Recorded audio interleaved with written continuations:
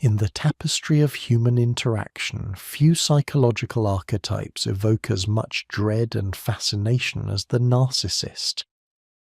Their self-aggrandizing pronouncements, insatiable need for admiration, and overt lack of empathy are widely recognized and discussed, often serving as a clear warning signal in personal and professional realms.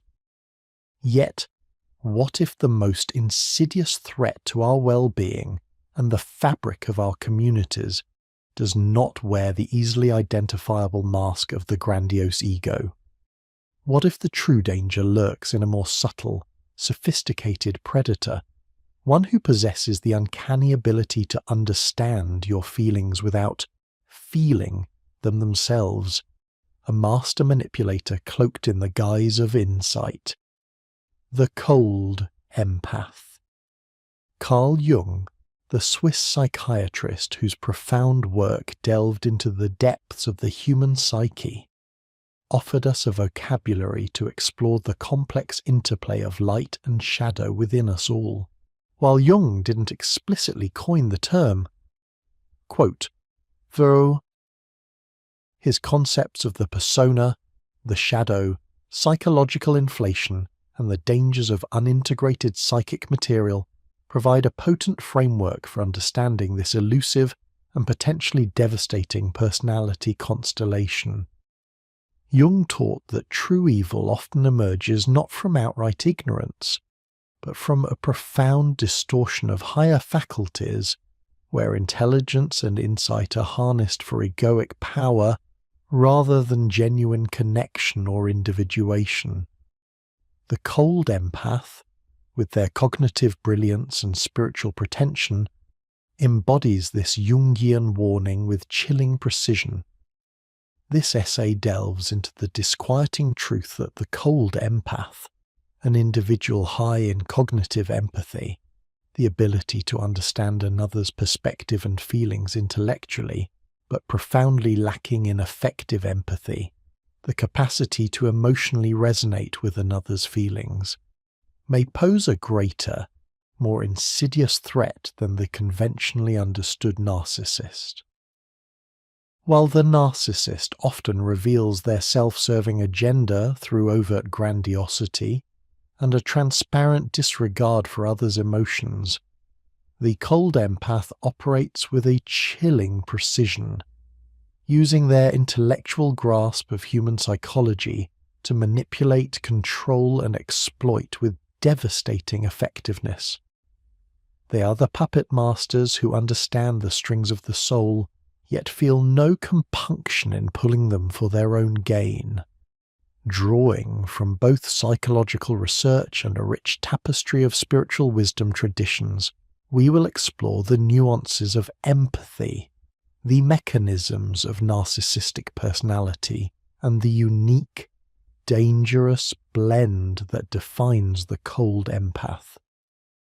We will lean heavily on Jungian insights into the shadow, the persona, and the process of individuation, understanding how the cold empath represents a profound failure of integration, a psyche where intellectual power has become detached from the heart, spiritual traditions from Buddhist teachings on compassion and the ego, to Christian contemplations on hypocrisy and genuine love, to Sufi insights on the purification of the heart, offer ancient mirrors to these modern psychological profiles, providing both diagnostic clarity and pathways toward discernment and protection. Our journey will begin by meticulously defining the psychological constructs at play, the spectrum of empathy, the various manifestations of narcissism, and the critical distinction between cognitive and affective emotional intelligence. We will then immerse ourselves in Carl Jung's profound contributions, examining how his concepts illuminate the genesis and dangerous modus operandi of the cold empath, particularly their mastery of the persona and their unintegrated shadow. Following this, we will explore the modern manifestations of this archetype in contemporary society, supported by recent psychological research and case studies that highlight their impact on relationships, workplaces, and spiritual communities. Brief illustrative examples drawn from historical figures, clinical observations, and mythological archetypes will bring these theoretical concepts to life, demonstrating the cold empath's unique capacity for damage. Finally, we will conclude by integrating psychological strategies for discernment and protection with spiritual practices for inner resilience, compassion, and authentic connection, offering a holistic approach to navigating these complex human patterns. The stakes are high. In a world increasingly valuing intellectual prowess and performative empathy, the cold empath can thrive, their true nature masked by a veneer of understanding and even wisdom. Recognizing this subtle predator is not merely an academic exercise, it is a vital act of self-preservation and a call to cultivate genuine empathy and spiritual wisdom within ourselves. Only by understanding the depths of this shadow can we hope to illuminate it, protect ourselves, and foster a world built on authentic connection rather than manipulative pretense. To truly grasp why the cold empath presents a unique peril, we must first establish a foundational understanding of empathy itself, differentiate it from its distorted cousins, and then integrate Carl Jung's profound insights into the human psyche. This section will meticulously define these psychological constructs and then illuminate them through the lens of Jungian thought and various spiritual traditions. Empathy, often lauded as a cornerstone of human connection and morality, is far more complex than a simple feeling of understanding.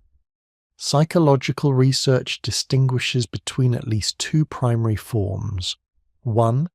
Cognitive empathy, perspective taking. This is the intellectual capacity to understand another person's emotions, thoughts, and intentions. It's the ability to put oneself in someone else's shoes mentally, to grasp what they are feeling and why. Cognitive empathy is crucial for social intelligence, communication, and negotiation. It allows us to predict behavior, influence others, and navigate social dynamics effectively. For example, a skilled salesperson uses cognitive empathy to understand a client's needs and motivations to close a deal. A chess player uses it to anticipate an opponent's moves. 2. Affective empathy, emotional contagion resonance, also known as emotional empathy. This is the capacity to feel what another person is feeling. It involves a shared emotional experience where one person's emotions trigger a similar emotional response in another. When you see someone in pain and feel a pang of distress yourself, that is affective empathy. This form of empathy is deeply rooted in our neurobiology, involving mirror neurons and regions of the brain associated with emotional processing, such as the insular and anterior cingulate cortex. Affective empathy drives genuine compassion, altruism, and the desire to alleviate another's suffering. While both forms of empathy are vital for healthy relationships and societal functioning, they can exist independently.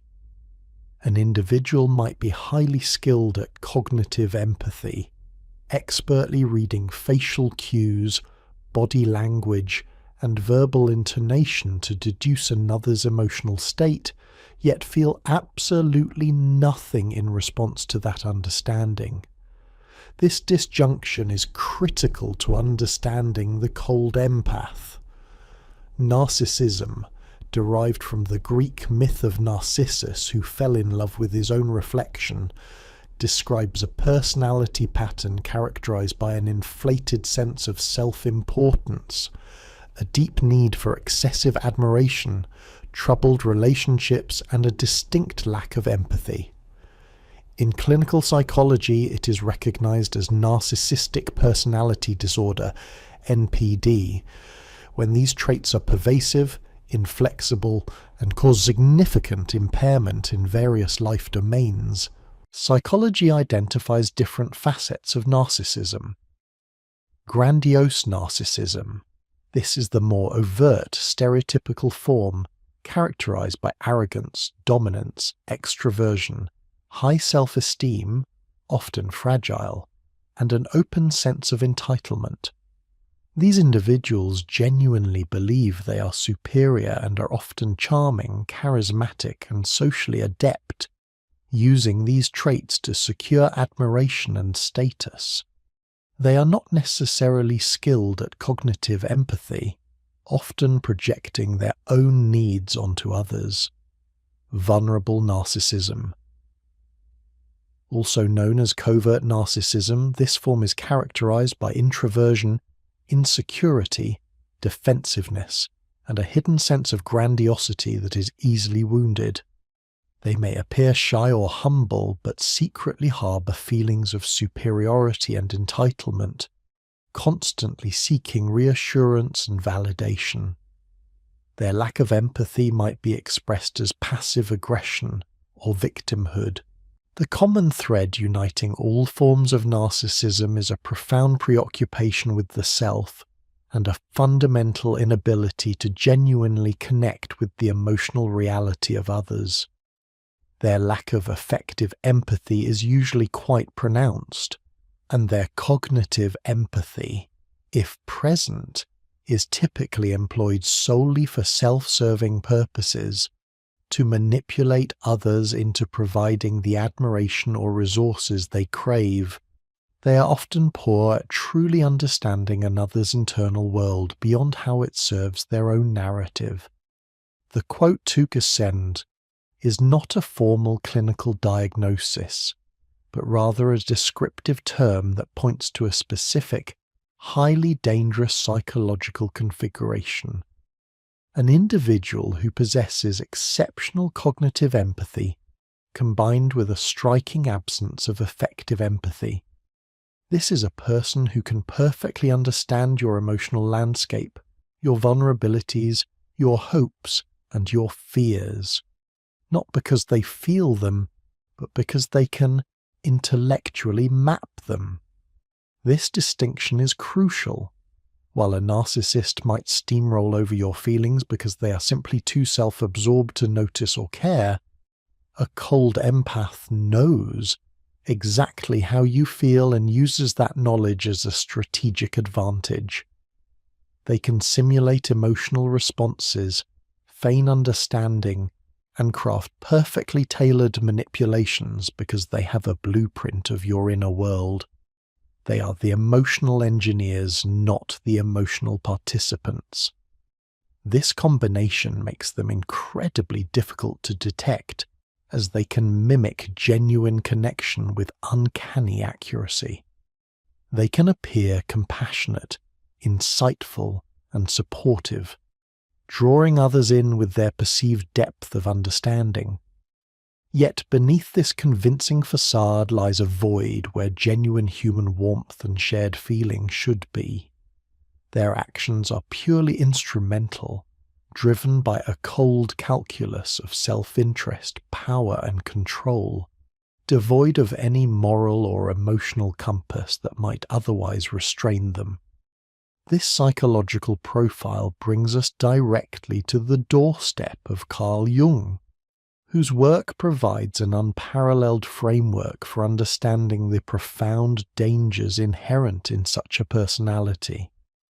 Jung's insights into the shadow, the persona, and the archetypes of the collective unconscious offer a lens through which we can dissect the internal world of the cold empath and comprehend why their particular brand of emotional intelligence, when untethered from genuine feeling, can be far more destructive than the overt self-obsession of the narcissist. Our journey now delves deeper into the profound Jungian insights that illuminate the subtle predator we term the cold empath. Carl Jung, with his unparalleled understanding of the human psyche, provided not merely a vocabulary, but a comprehensive framework for discerning the intricate interplay between our conscious presentations and our hidden depths. It is through his lens that we can truly comprehend the chilling efficacy of the cold empath, an individual whose intellectual brilliance is tragically divorced from the wellspring of genuine human connection. We begin by examining the Jungian concept of the social mask we all wear, the collective identity we present to the world. The persona is not inherently deceitful. It is a necessary psychological construct that allows us to adapt to society, to fulfill various roles, professional, familial, communal, and to navigate the complex tapestry of human interaction without revealing the entirety of our inner landscape. It is the face we show, the role we play, meticulously crafted to meet societal expectations and foster a sense of belonging. For most, the persona is a permeable boundary, allowing glimpses of the authentic self to emerge, and is often an extension, however curated, of our core identity. Yet for the cold empath, the persona becomes an instrument of unparalleled deception, a masterwork of mimicry designed to disarm, to attract, and ultimately to control. Their persona is not merely a social convenience, it is a strategic fabrication, a meticulously constructed facade of compassion, insight, and even spiritual profundity. They appear to be the most empathetic, the most understanding, the most insightful individuals, often projecting an aura of wisdom or benevolent concern. This outward presentation is precisely what makes them so insidious. They mimic genuine connection with uncanny accuracy, speaking the language of empathy, offering counsel that seems deeply attuned, and appearing to champion the very values they internally disregard. Their persona is a cloak woven from the threads of cognitive empathy, allowing them to anticipate emotional needs and respond in ways that are perfectly calibrated to elicit trust and reliance, all while harboring a profound affective void. The true self, devoid of warmth and moral compunction, remains hidden behind this impeccably maintained, beneficent guise. In stark contrast, the narcissist's persona, while also a construction, often betrays its self-serving agenda with greater transparency. The grandiose narcissist's mask is typically one of overt superiority, demanding admiration and attention, often with a palpable sense of entitlement. Their grandiosity, while a projection, is less about subtle manipulation and more about direct self-aggrandizement. The vulnerable narcissist, conversely, may adopt a persona of victimhood or quiet suffering, drawing sympathy and validation through perceived fragility, yet their underlying self-preoccupation remains evident. Neither truly masters the art of appearing genuinely altruistic, without their self-interest eventually bleeding through the seams. The cold empath, however, operates with a chilling precision. Their persona so flawlessly integrated with their cognitive understanding of others that it can be incredibly difficult to discern the manipulative intent beneath the veneer of care. They are the puppet masters who understand the strings of the soul, cloaking their ambition in the guise of selfless service. This leads us to the complementary Jungian concept of the shadow, the repository of all that we repress, deny, or deem unacceptable within ourselves. The shadow encompasses not only our baser instincts, aggression, greed, envy, but also unacknowledged positive qualities, talents, and aspects of our potential that remain unintegrated. Jung posited that true psychological wholeness, or individuation, necessitates the arduous but essential task of confronting and integrating the shadow. To deny the shadow is to allow it to operate autonomously, often projecting its contents onto others or manifesting in destructive behaviors. For the cold empath, the shadow is not merely unintegrated. It is a dominant, unyielding force that operates with intellectual sophistication, but without emotional constraint. Their profound lack of effective empathy, their instrumental view of human relationships, and their drive for power and control are not simply aspects of a repressed shadow. They are the essence of a shadow that has usurped the heart. Their cognitive brilliance, untethered from any genuine feeling or moral compass, becomes the primary tool through which this unintegrated shadow expresses itself. This is a shadow that does not lash out in obvious fits of rage or grandiosity, but rather calculates, plans, and executes its manipulations with dispassionate efficiency. The cold empath's inner world is dominated by this emotionally barren landscape, yet they project an outward image of profound emotional intelligence and spiritual wisdom. The true peril lies in this disjunction. Their intellectual grasp of psychology, spirituality, or even human suffering is weaponized by a shadow that feels no compunction, no remorse, no genuine connection to the very humanity it so expertly analyzes and exploits. The narcissist, too, possesses an unintegrated shadow, often manifesting in their intense envy, their inability to tolerate criticism, their rage when their ego is threatened, and their fundamental disregard for others' boundaries. However, the narcissist's shadow is often more transparently reactive and self-serving. Their grandiosity is a defense against deep-seated insecurity, and their exploitation often stems from an insatiable need for external validation. While destructive, their motivations are often more readily discernible. The cold empath's shadow, conversely, operates with a more subtle, more sophisticated malevolence. It is a shadow that understands the vulnerabilities inherent in love, trust, and spiritual seeking, and it leverages this understanding with chilling precision, not for overt admiration, but for covert control and exploitation. This profound failure of integration within the cold empath's psyche represents a critical departure from the path of individuation. Jung emphasized that psychological health requires a harmonious interplay between the conscious ego and the unconscious shadow, between our intellectual capacities and our emotional depths. The cold empath embodies a radical disjunction. Their intellect, particularly their cognitive empathy, functions at an exceptionally high level, allowing them to map the emotional terrain of others with uncanny accuracy. Yet this intellectual faculty is entirely severed from the emotional resonance of effective empathy. The heart, the seat of genuine feeling and compassion, remains dormant, leaving a vast cold chasm within their being.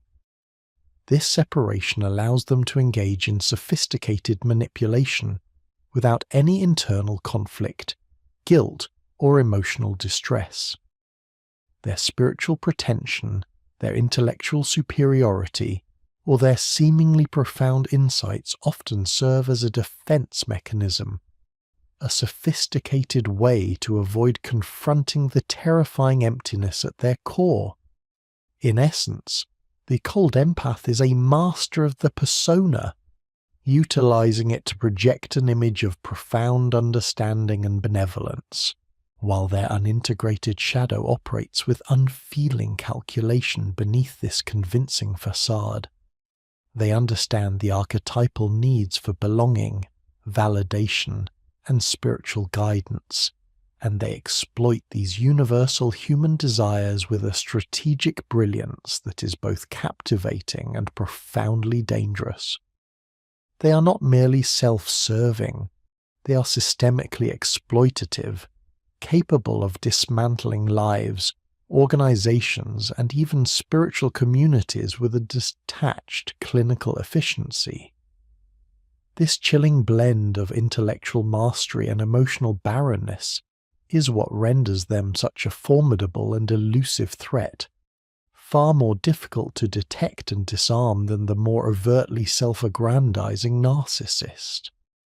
The stakes are high, for their presence in any sphere of influence can inflict devastating, often unseen damage. Our subsequent exploration will delve into the modern manifestations of this archetype, examining how the cold empath operates in various contexts, from personal relationships to professional environments and even within spiritual communities. We will endeavor to provide the tools for discernment, enabling us to recognize this subtle predator before their intricate web of manipulation takes hold. Our exploration into the psychological architecture of the cold empath reveals a construct far more intricate and perilous than that of the narcissist. While the narcissist operates largely upon an overt, albeit often manipulative, framework of self-aggrandizement and a palpable need for external validation, the cold empath engages with a disquieting subtlety, their machinations woven into the very fabric of human interaction with an almost imperceptible precision.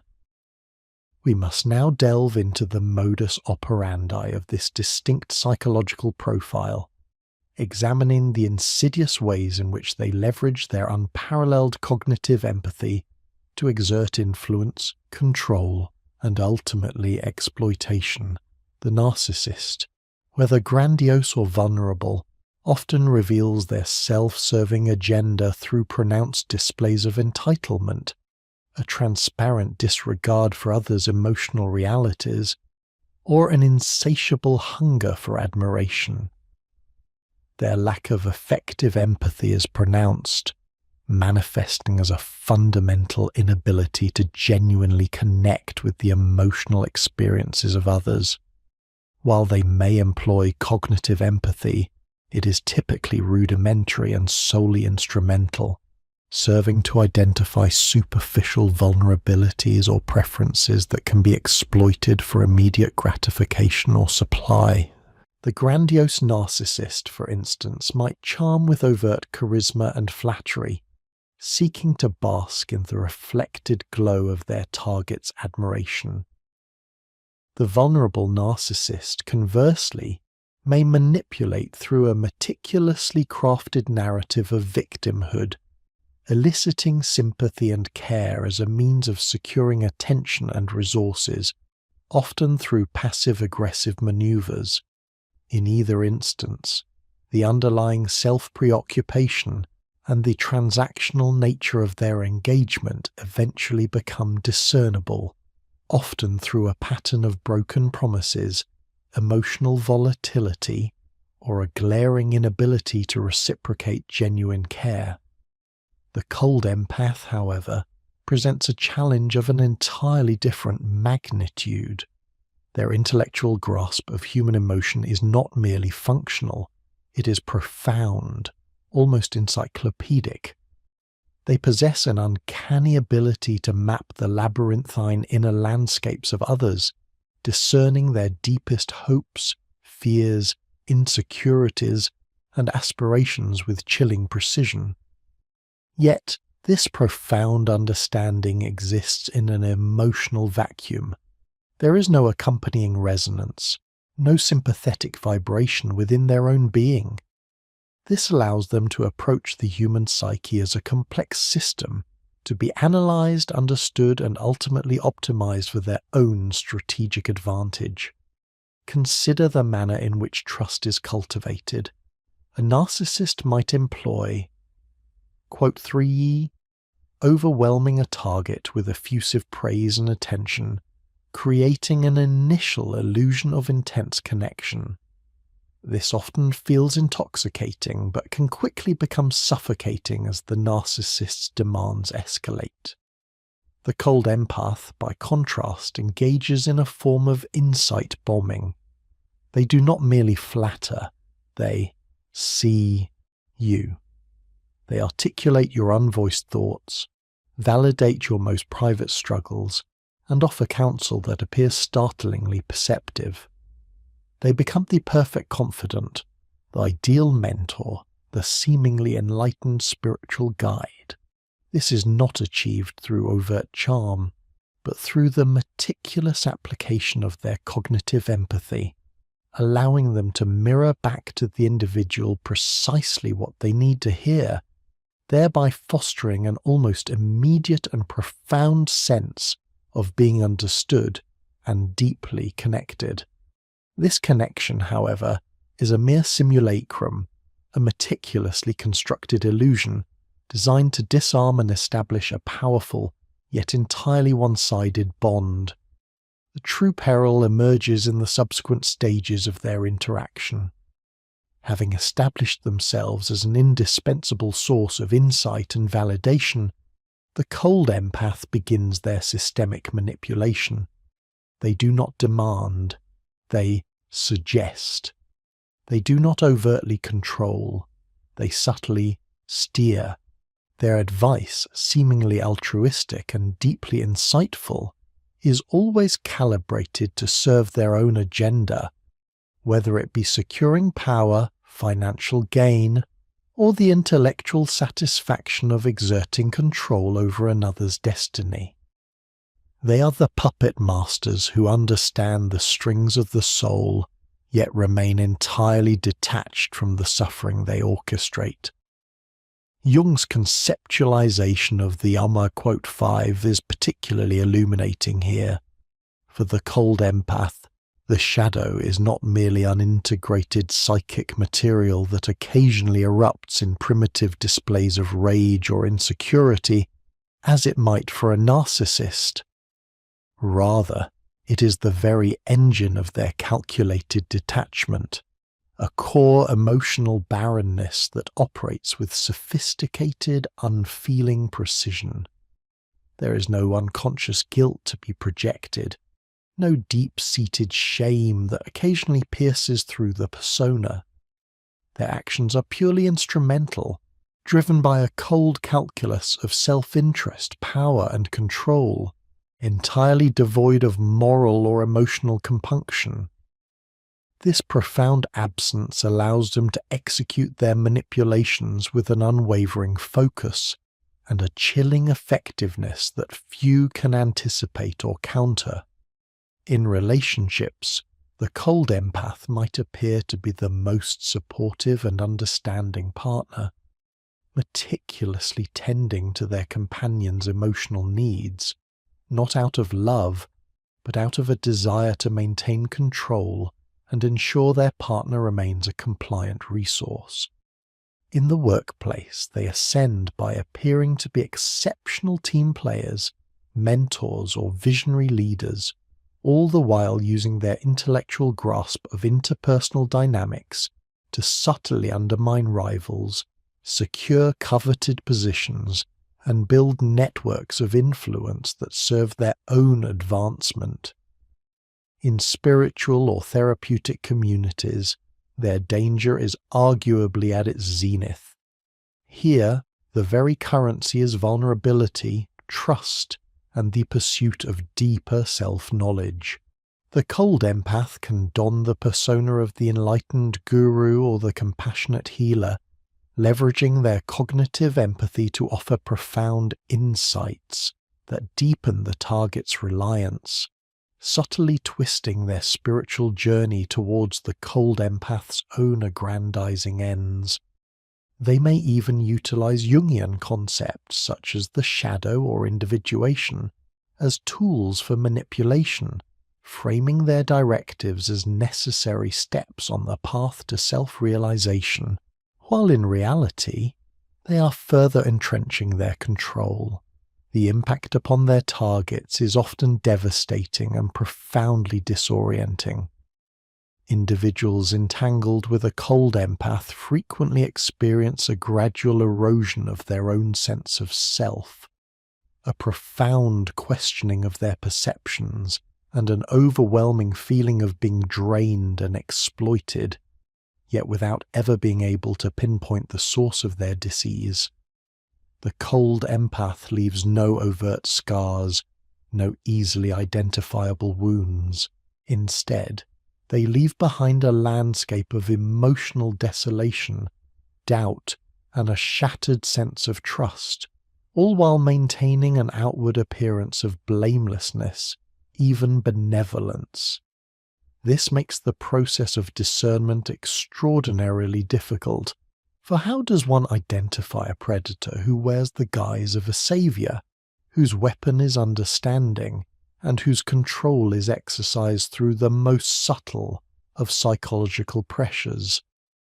The narcissist, in their transparent demands and overt self-focus, often provides the very clues necessary for their detection. Their grandiosity, their need for constant admiration, their lack of genuine reciprocity, these are signposts, albeit often painful ones, to their true nature. The cold empath offers no such clear markers. Their persona is a meticulously crafted facade of compassion and insight, designed to mimic genuine connection with uncanny accuracy. Their actions are purely instrumental, driven by a cold calculus of self-interest and power, yet they are cloaked in the language of care, wisdom, and support. This fundamental difference renders the cold empath an existential threat, capable of infiltrating the most sacred spaces of trust and intimacy, leaving their victims questioning not only the nature of their relationships, but the very fabric of their own reality. We are compelled, therefore, to cultivate an unparalleled level of discernment, to look beyond the surface of apparent understanding, and to learn to distinguish between genuine empathy and its chilling, calculated imitation. The stakes are high, for the subtle predator operates not on the ego's grand stage, but within the silent, intricate theatre of the soul. The true peril of the cold empath does not merely reside in their capacity for manipulation, but in the profound, almost imperceptible erosion of the victim's psychic sovereignty. We must delve deeper into the subtle mechanics of this psychological predation, for it is in the nuanced execution of their stratagems that their unparalleled danger becomes starkly evident. Unlike the narcissist, whose machinations often carry an overt, self-aggrandizing signature, the cold empath operates with a chilling precision, their actions devoid of the emotional static that might betray a less sophisticated predator. The genesis of this profound disconnect between cognitive and affective empathy presents a compelling, albeit disquieting, inquiry. From a Jungian perspective, we might consider the cold empath as an archetype, wherein the thinking function has become entirely severed from the feeling function, operating in a state of hyper-rational yet ethically barren autonomy. This is not merely a developmental lapse, but a fundamental structural divergence in the psyche, where the capacity for intellectual apprehension of emotional states develops to an extraordinary degree, while the mirroring neurobiological pathways for experiencing those states remain dormant or underdeveloped. One might postulate a psyche where the anima animus, The bridge to the unconscious and the realm of feeling has been systematically suppressed or bypassed, resulting in an individual who perceives emotional reality as a complex algorithm to be solved, rather than a living, breathing tapestry of shared experience. Their internal world, though intellectually vast, remains an emotional void, a hollow core masked by a meticulously crafted external performance of warmth and understanding. This structural anomaly grants the cold empath an unparalleled advantage. They comprehend the very architecture of human vulnerability without experiencing the moral compunction that typically accompanies such knowledge. Their cognitive empathy functions as a high-resolution sonar, mapping the emotional seabed of another individual with exquisite detail. They discern not merely what pains one, but why it pains them, tracing the intricate threads of past traumas, unfulfilled desires, and unspoken fears. This understanding becomes their primary weapon, a scalpel wielded with surgical exactitude. They do not merely exploit vulnerabilities, they engage with them, articulating them back to the victim in a manner so validating and insightful that it creates an immediate, profound bond of trust. This is the essence of their insight bombing, a sophisticated form of psychological infiltration that bypasses the rational defenses and goes directly to the heart of another's longing for understanding and acceptance. The cold empath's manipulations are rarely impulsive or reactive. Rather, they are the product of a long-term strategic calculus. They do not seek immediate overt gratification in the manner of a grandiose narcissist demanding constant applause. Instead, they cultivate their targets with patience and meticulous planning, often over months or even years. Their objective is not merely admiration, but control. A deep, pervasive influence over the victim's perceptions, decisions, and ultimately their very sense of self. They achieve this through a relentless yet subtle process of psychological re-education. They offer seemingly wise counsel, frame situations from a perspective that appears profoundly insightful, and gently, incrementally, steer the victim away from their own intuition and towards the cold empath's preferred narrative. The victim begins to question their own judgment, their own reality, finding themselves increasingly reliant on the cold empath's superior understanding. This gradual erosion of psychic autonomy is perhaps the most devastating consequence of their influence, leaving individuals feeling disoriented, depleted, and detached from their authentic selves. Within relational dynamics, the cold empath becomes the indispensable guide, the only one who truly understands. In professional environments, they are the quiet architects of power, subtly undermining rivals through carefully placed seeds of doubt, leveraging their understanding of interpersonal dynamics to create advantageous alliances and shift blame. However, it is within spiritual and therapeutic communities that the cold empath often finds their most fertile ground. Here, the pursuit of self-knowledge, healing, and spiritual growth creates an environment ripe for their particular brand of sophisticated manipulation. Individuals seeking deeper meaning, vulnerable to the promises of enlightenment or profound transformation, become prime targets. The cold empath, cloaked in the guise of a guru, mentor, or healer, speaks directly to the soul's yearning, offering profound insights into the victim's spiritual journey, their shadow work, or their path to individuation. They can articulate the victim's deepest spiritual struggles with such uncanny accuracy that they appear divinely attuned, establishing an unquestionable authority.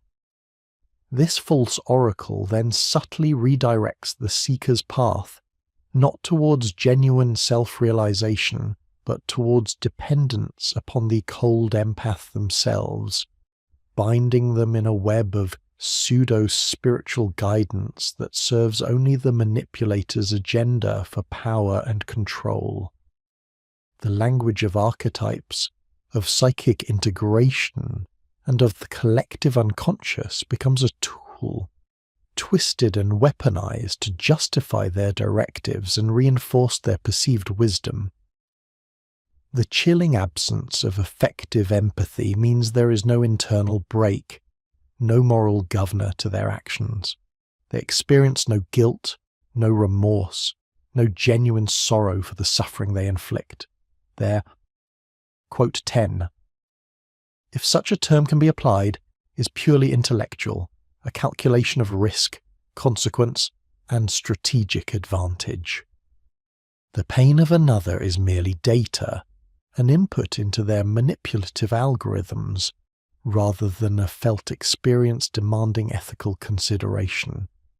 This makes them profoundly dangerous, for they operate outside the very emotional and moral framework that largely governs human interaction. They are not merely antisocial, they are aemotional in their core functioning, capable of performing empathy without ever being empathetic. Jung's exploration of the shadow takes on a particularly ominous hue when applied to the cold empath. Their shadow is not merely the repository of repressed desires or unacknowledged flaws. It is a highly evolved, calculating entity that has infiltrated and commandeered the ego's executive functions. This is a shadow that operates with intellectual brilliance, a sophisticated, unfeeling intelligence that has been severed from the balancing force of the heart. The true shadow of the cold empath is this very detachment, this instrumental view of humanity, this profound capacity for understanding without feeling. It is a terrifying manifestation of intellect unbound by compassion, a psychic structure that, when dominant, can wreak systemic havoc not only on individuals but on the very fabric of trust and authenticity within communities. The long-term impact on victims is often characterized by a pervasive sense of depletion, a feeling akin to psychic vampirism. Individuals emerge from relationships with cold empaths feeling profoundly hollowed out, their energy drained, their sense of self fragmented, yet often unable to pinpoint the exact source of their suffering. There are no overt scars, no easily identifiable wounds, for the abuse has been subtle, psychological, and often delivered under the guise of profound care and insight. This makes recovery exceptionally challenging, as the victim must first untangle the intricate web of distorted perceptions and externalized authority that has been woven around their psyche. To confront such a presence demands not merely vigilance, but a radical re-evaluation of how we perceive connection, truth, and genuine compassion. It necessitates an unparalleled level of discernment, a capacity to feel beyond the intellectual understanding, and to trust one's own internal compass even when faced with the most convincing external validations. The stakes are profoundly high, for the cold empath represents a subtle predator of the soul, operating in the very spaces where we seek growth, understanding, and authentic connection. The distinction between the overt grandiosity of the narcissist and the insidious subtlety of the cold empath deepens significantly when we consider the enduring architecture of their respective deceptions. While the narcissist, in their insatiable quest for external validation, often reveals the scaffolding of their self-serving agenda through transparent displays of entitlement or a palpable lack of consideration. The cold empath operates with a sustained, chilling precision that renders their true motives almost imperceptible.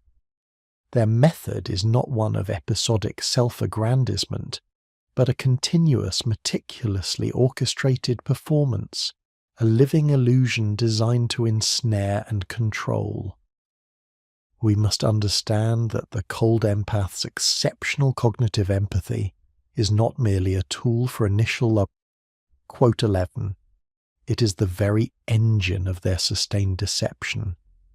This intellectual grasp of human emotion and psychology allows them to build and maintain a persona of such convincing authenticity that it can withstand prolonged scrutiny, often for years. They do not merely mimic empathy. They embody a curated version of it, a reflection so flawless that it appears more real than reality itself. This is a crucial divergence from the narcissist, whose mask, however charming, is prone to slipping under pressure, revealing the raw, demanding ego beneath. The cold empath, conversely, possesses an internal void where effective empathy should reside. Thus, yet their cognitive faculties are so finely honed that they can simulate the emotional resonance of a genuinely compassionate individual with unparalleled accuracy. To fully comprehend this phenomenon, we turn once more to the profound insights of Carl Jung. The cold empath's internal landscape presents a stark distortion of the archetypal journey towards wholeness, where the Ki, quote 12, archetype typically represents the integrated totality of the psyche, striving for balance between conscious and unconscious, ego and shadow. The cold empath's, quote 13, appears fragmented, its emotional core entirely severed from its intellectual prowess. Their process of Danga, quote, rather than leading to authentic self-realization and connection, is perverted into a sophisticated mechanism of self-preservation and external control.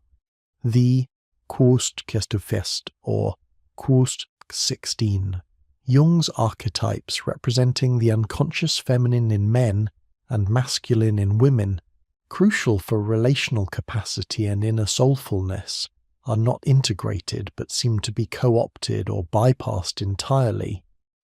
The emotional depth and capacity for genuine connection that these archetypes facilitate are absent, replaced by a cerebral understanding of their effects on others. This internal barrenness paradoxically empowers their external manipulation.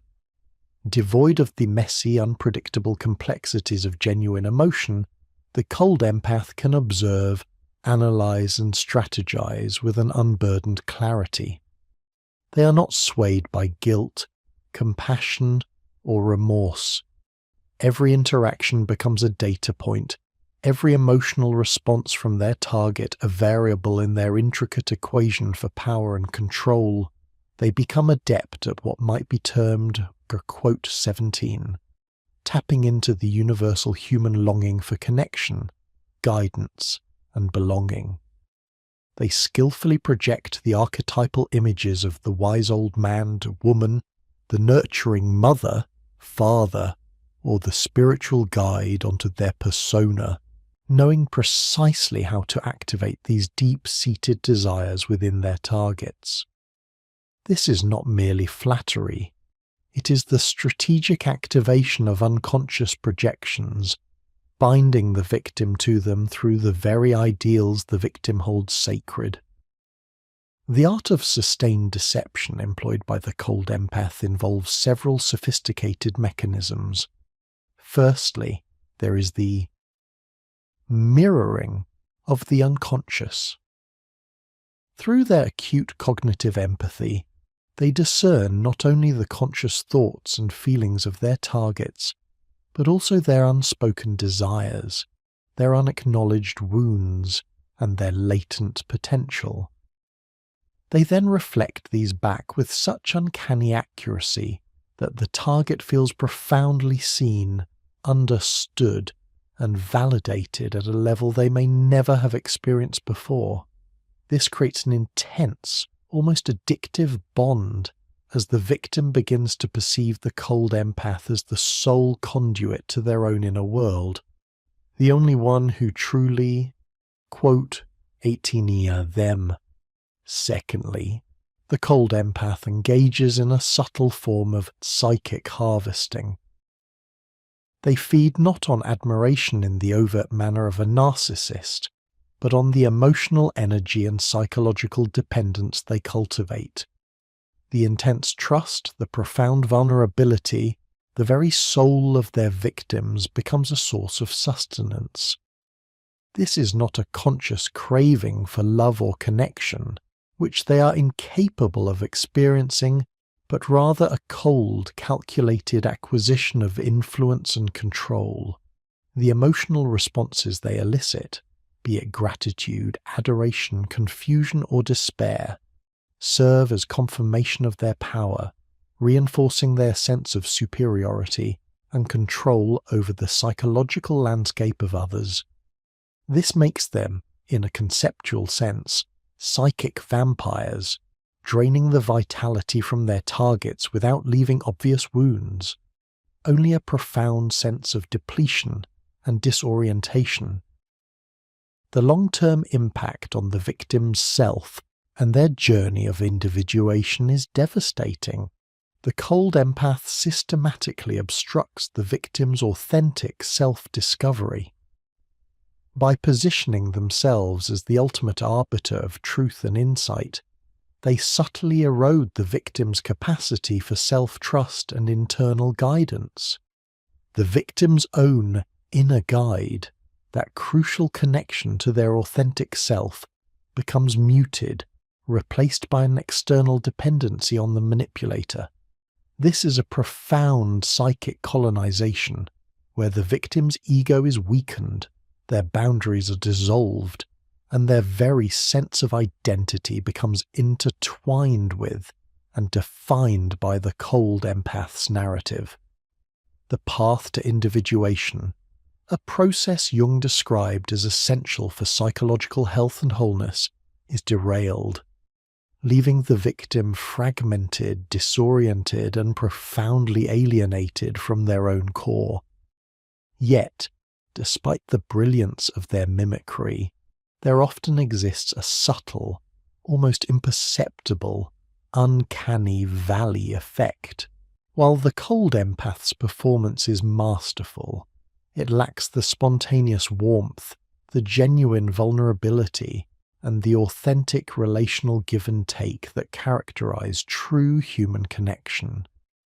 Discerning individuals, particularly those attuned to their own intuition, may experience a faint sense of unease, a feeling that something is off beneath the perfectly composed exterior. This is not a logical deduction, but an intuitive resonance with the void, a subliminal perception of the absence of soul. It is the chilling recognition that while the words are perfect, the gaze intense, and the insights profound, the underlying current of shared humanity is conspicuously absent.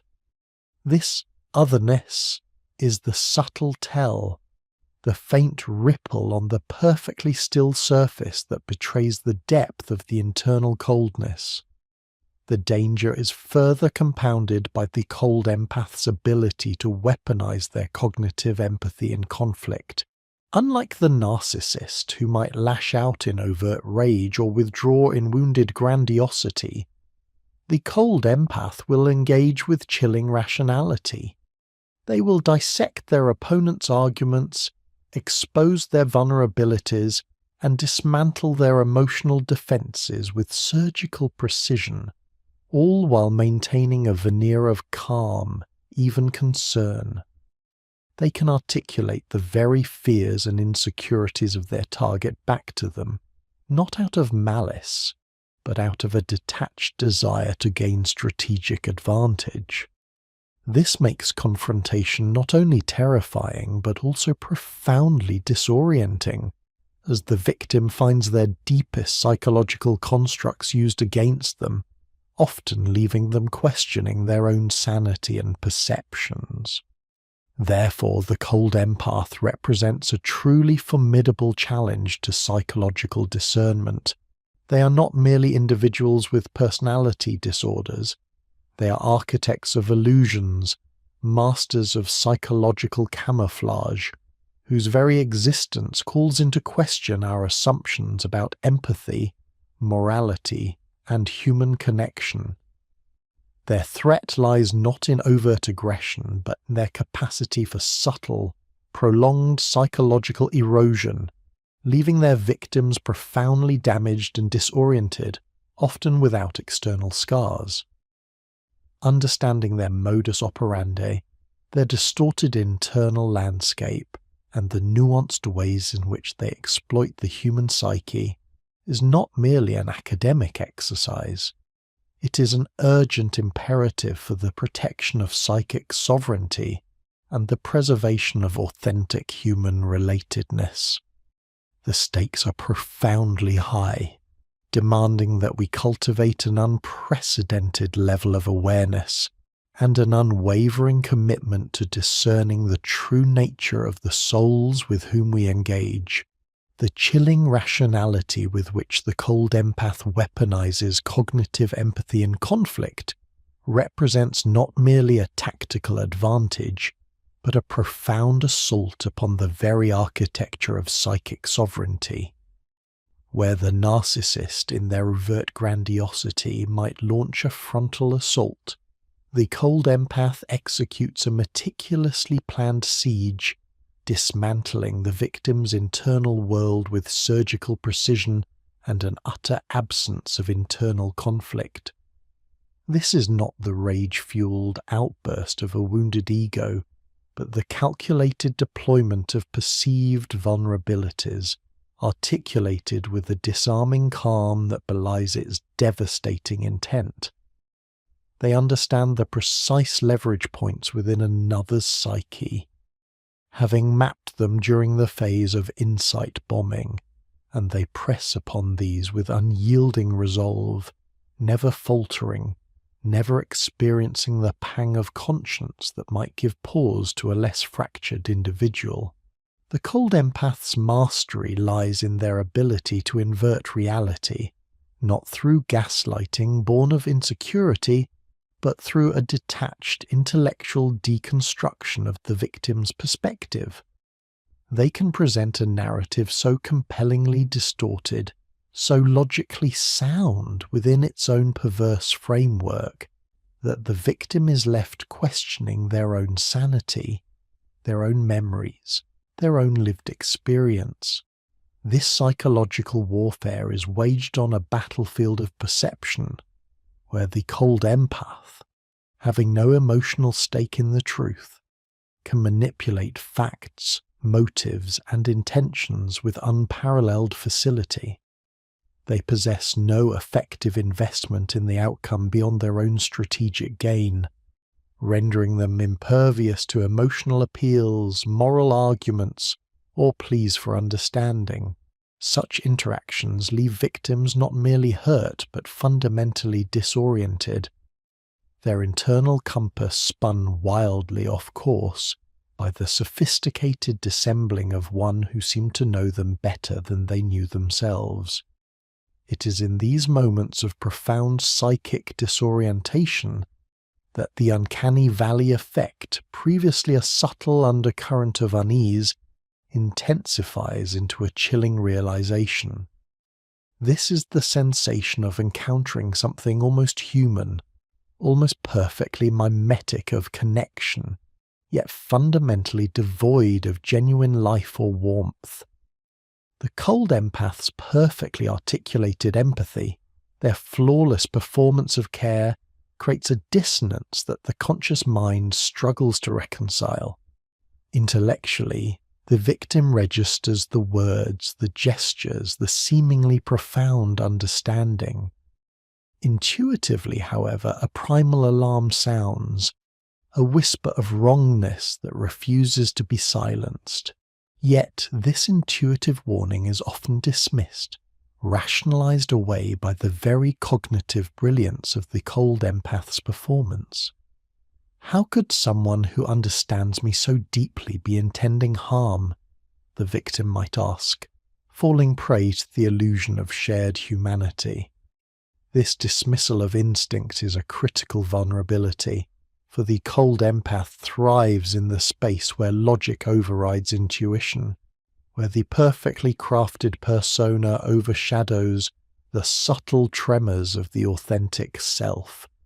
The absence of genuine emotional resonance, the lack of a true energetic exchange, creates a subtle void, a psychic deadness beneath the surface of their impeccable empathy.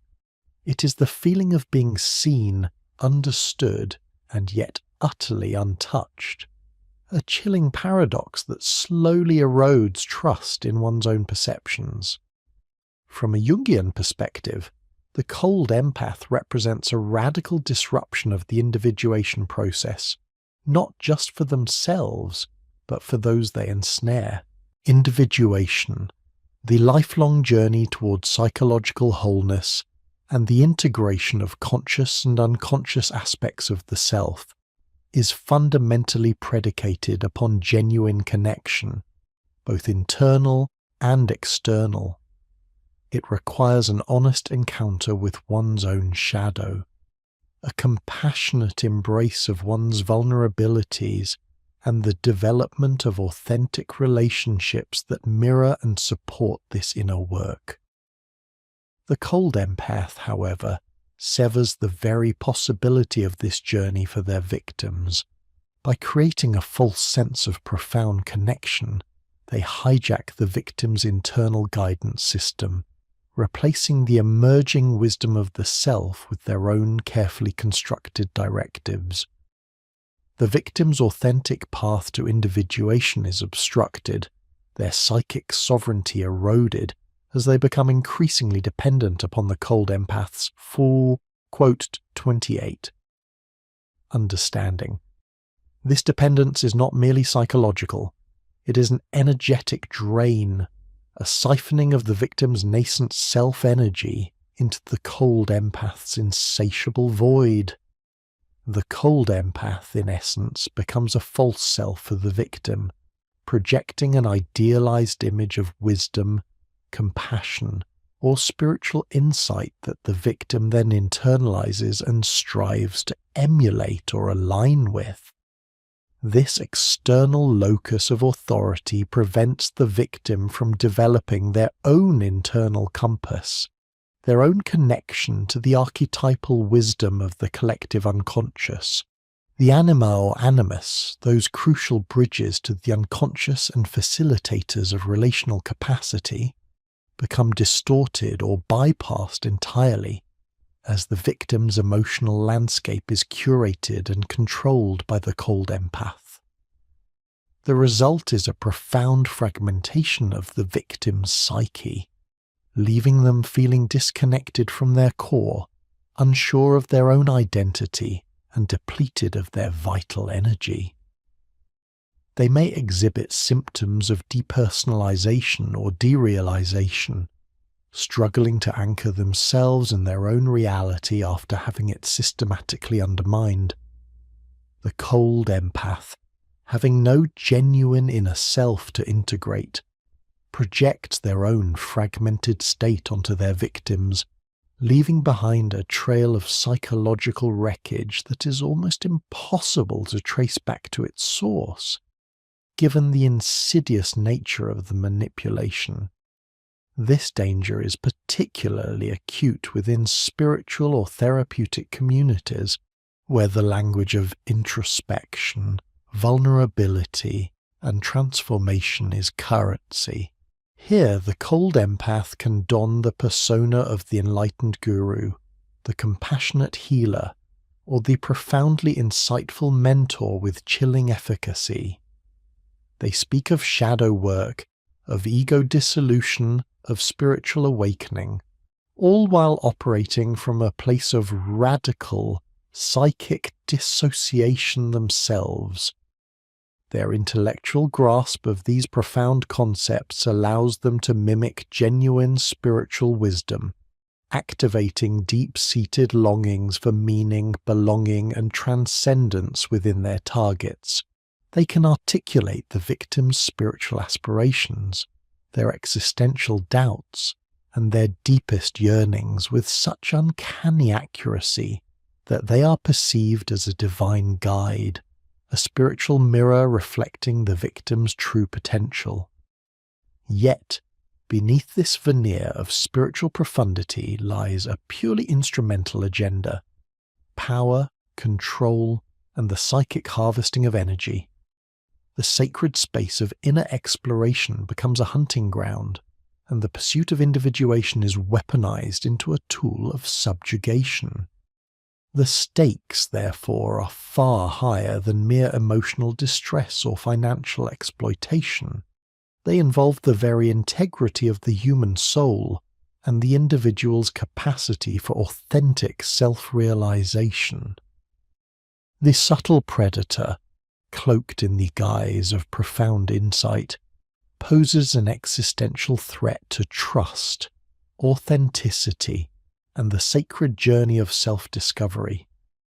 Detecting such an elusive entity demands an unprecedented level of discernment, a refined capacity not just to analyze words and actions, but to perceive the subtle energetic resonance, or lack thereof, that accompanies genuine human connection.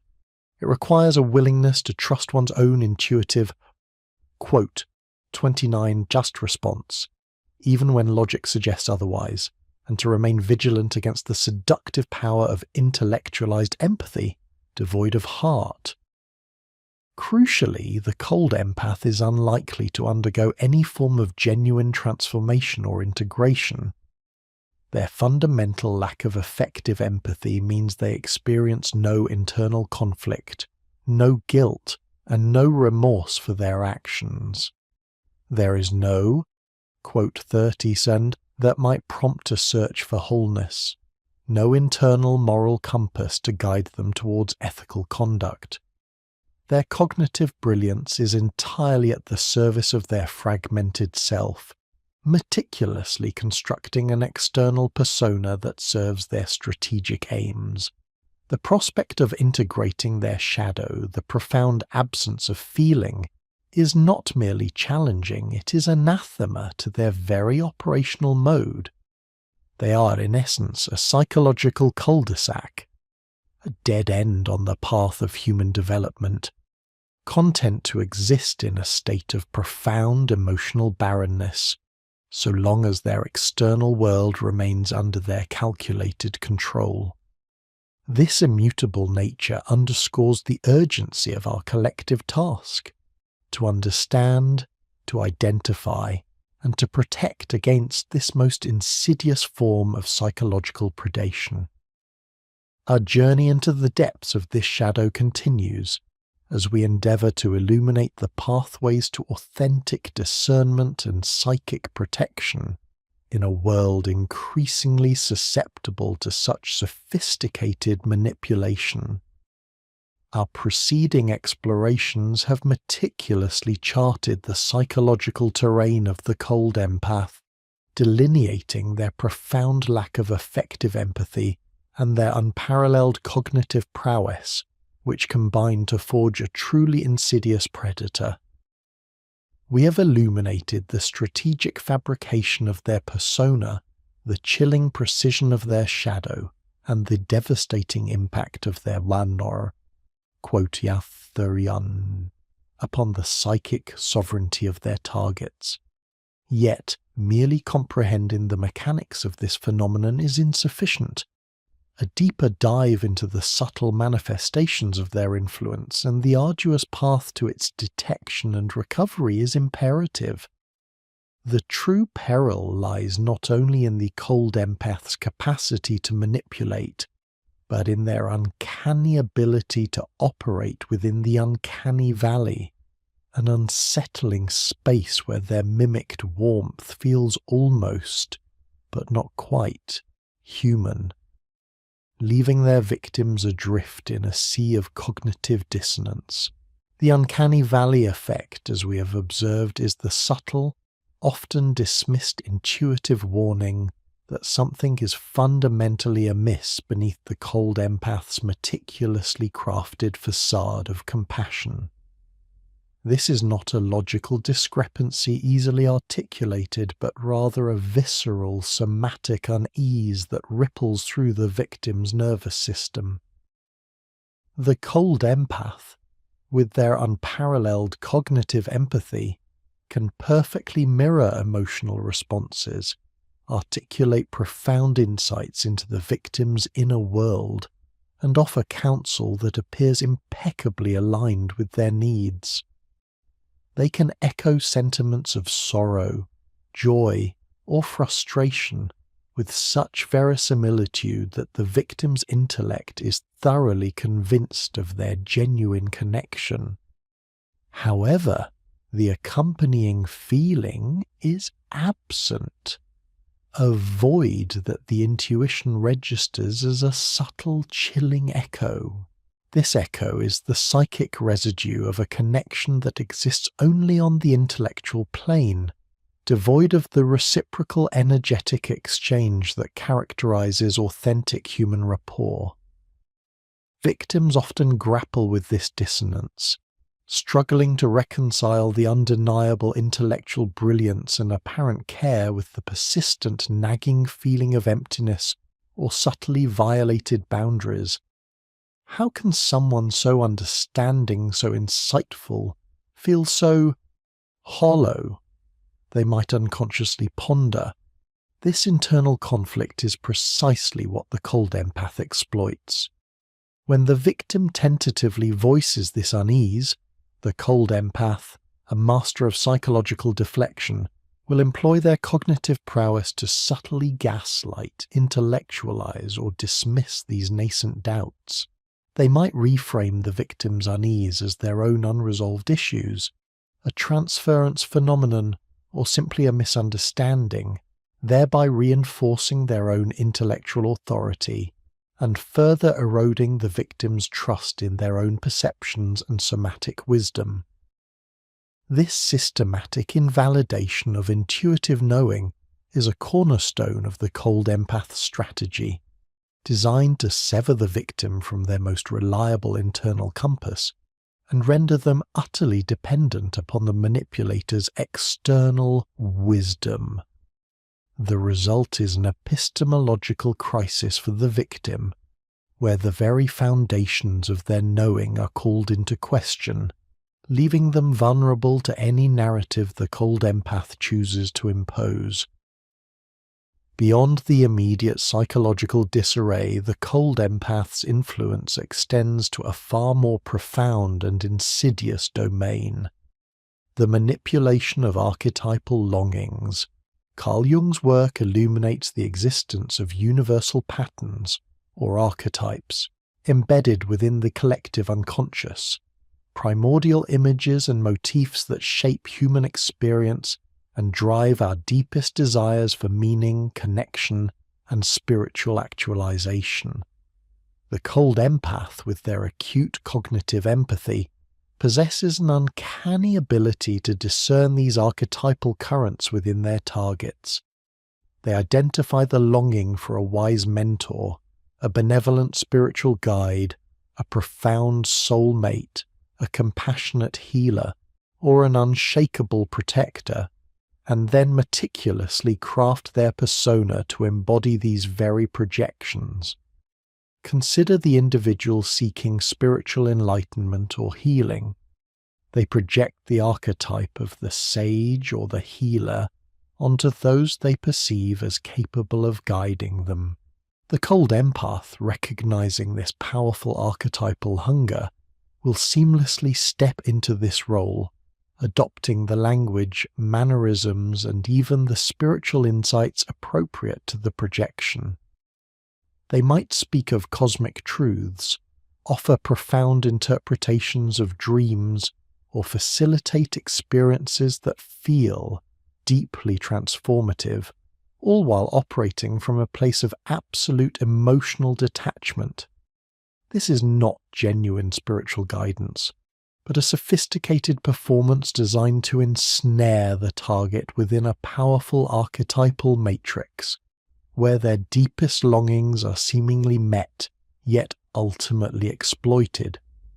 The victim, caught in the thrall of this archetypal projection, experiences a powerful, almost pre-rational sense of belonging and validation, making it extraordinarily difficult to question the source of this profound resonance. The cold empath thus does not merely manipulate a person's conscious desires, they hijack the very engines of the soul, twisting the sacred journey of self-discovery into a path of dependency and control. This weaponization of the sacred is perhaps the most chilling aspect of the cold empath's predation, as it perverts the very forces intended for healing and growth into instruments of psychic bondage. The most devastating consequence of prolonged exposure to a cold empath, particularly when their influence permeates the spiritual or therapeutic domains, is the profound disruption and often reversal of the Jungian process of individuation.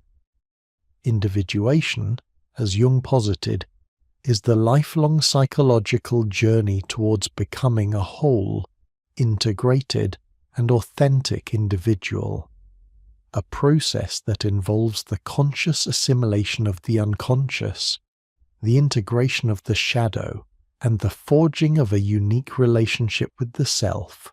It is a path towards psychic sovereignty, where the individual learns to trust their inner authority and live in alignment with their unique destiny. The cold empath systematically obstructs this vital process by eroding the victim's self-trust, by replacing their internal guidance with external dependency, and by exploiting their archetypal longings.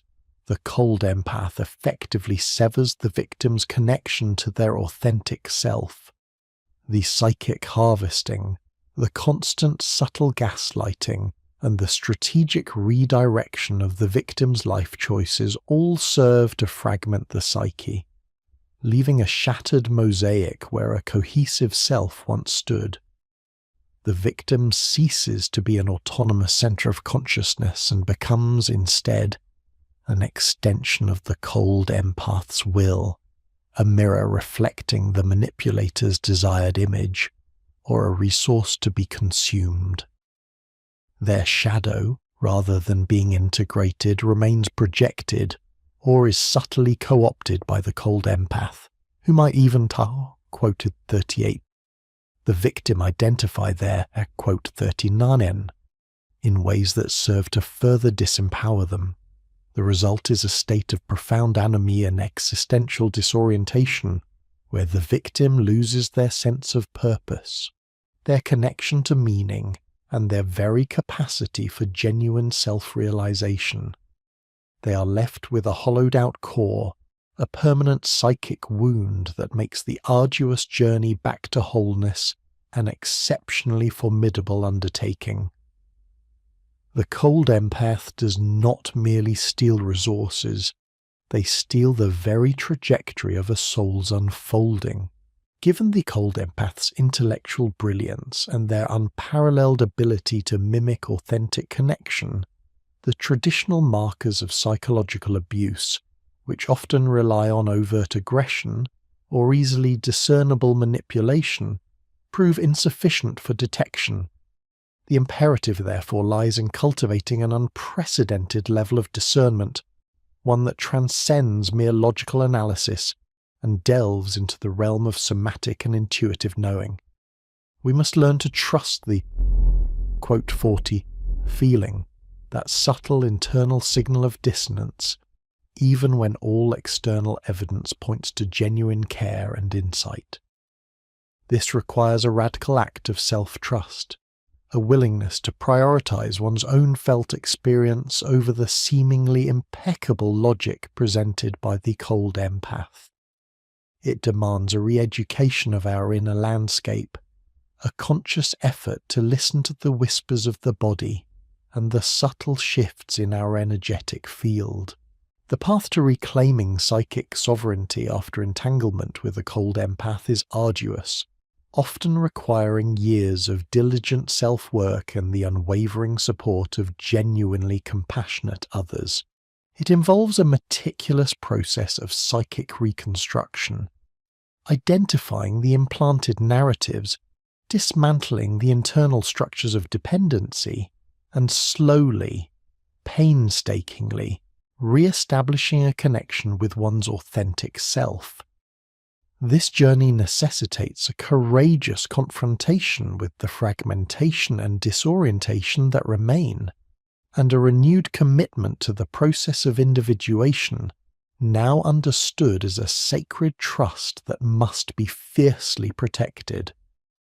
For those who have endured the cold empath's subtle predation, the ultimate goal is not merely recovery, but a profound re-anchoring in one's own inner authority, a reintegration of intellect, emotion, and intuition, and the forging of a self that is resilient, sovereign, and impervious to the chilling precision of calculated detachment. The stakes, as we have seen, are nothing less than the soul itself. The profound disquietude instilled by the cold empath necessitates an equally profound and multifaceted approach to discernment, protection, and the subsequent arduous process of psychic reconstruction. Having meticulously delineated the insidious nature of this archetype, we now turn our attention to the practical exigencies of navigating such a perilous landscape, offering a framework for recognition, resilience, and recovery. The initial, visceral, uncanny valley effect serves as an invaluable primal alarm, yet its subtlety often renders it vulnerable to the cold empath's masterful gaslighting. True discernment demands a rigorous intellectual overlay to this intuitive signal, a systematic analysis of patterns that transcend the superficial charm and manufactured insight. We must move beyond the immediate impression and examine the enduring fruit of their presence. Firstly, consider the incongruence between stated intent and actual impact. The cold empath will articulate profound empathy, offer sagacious advice, and project an image of unwavering support.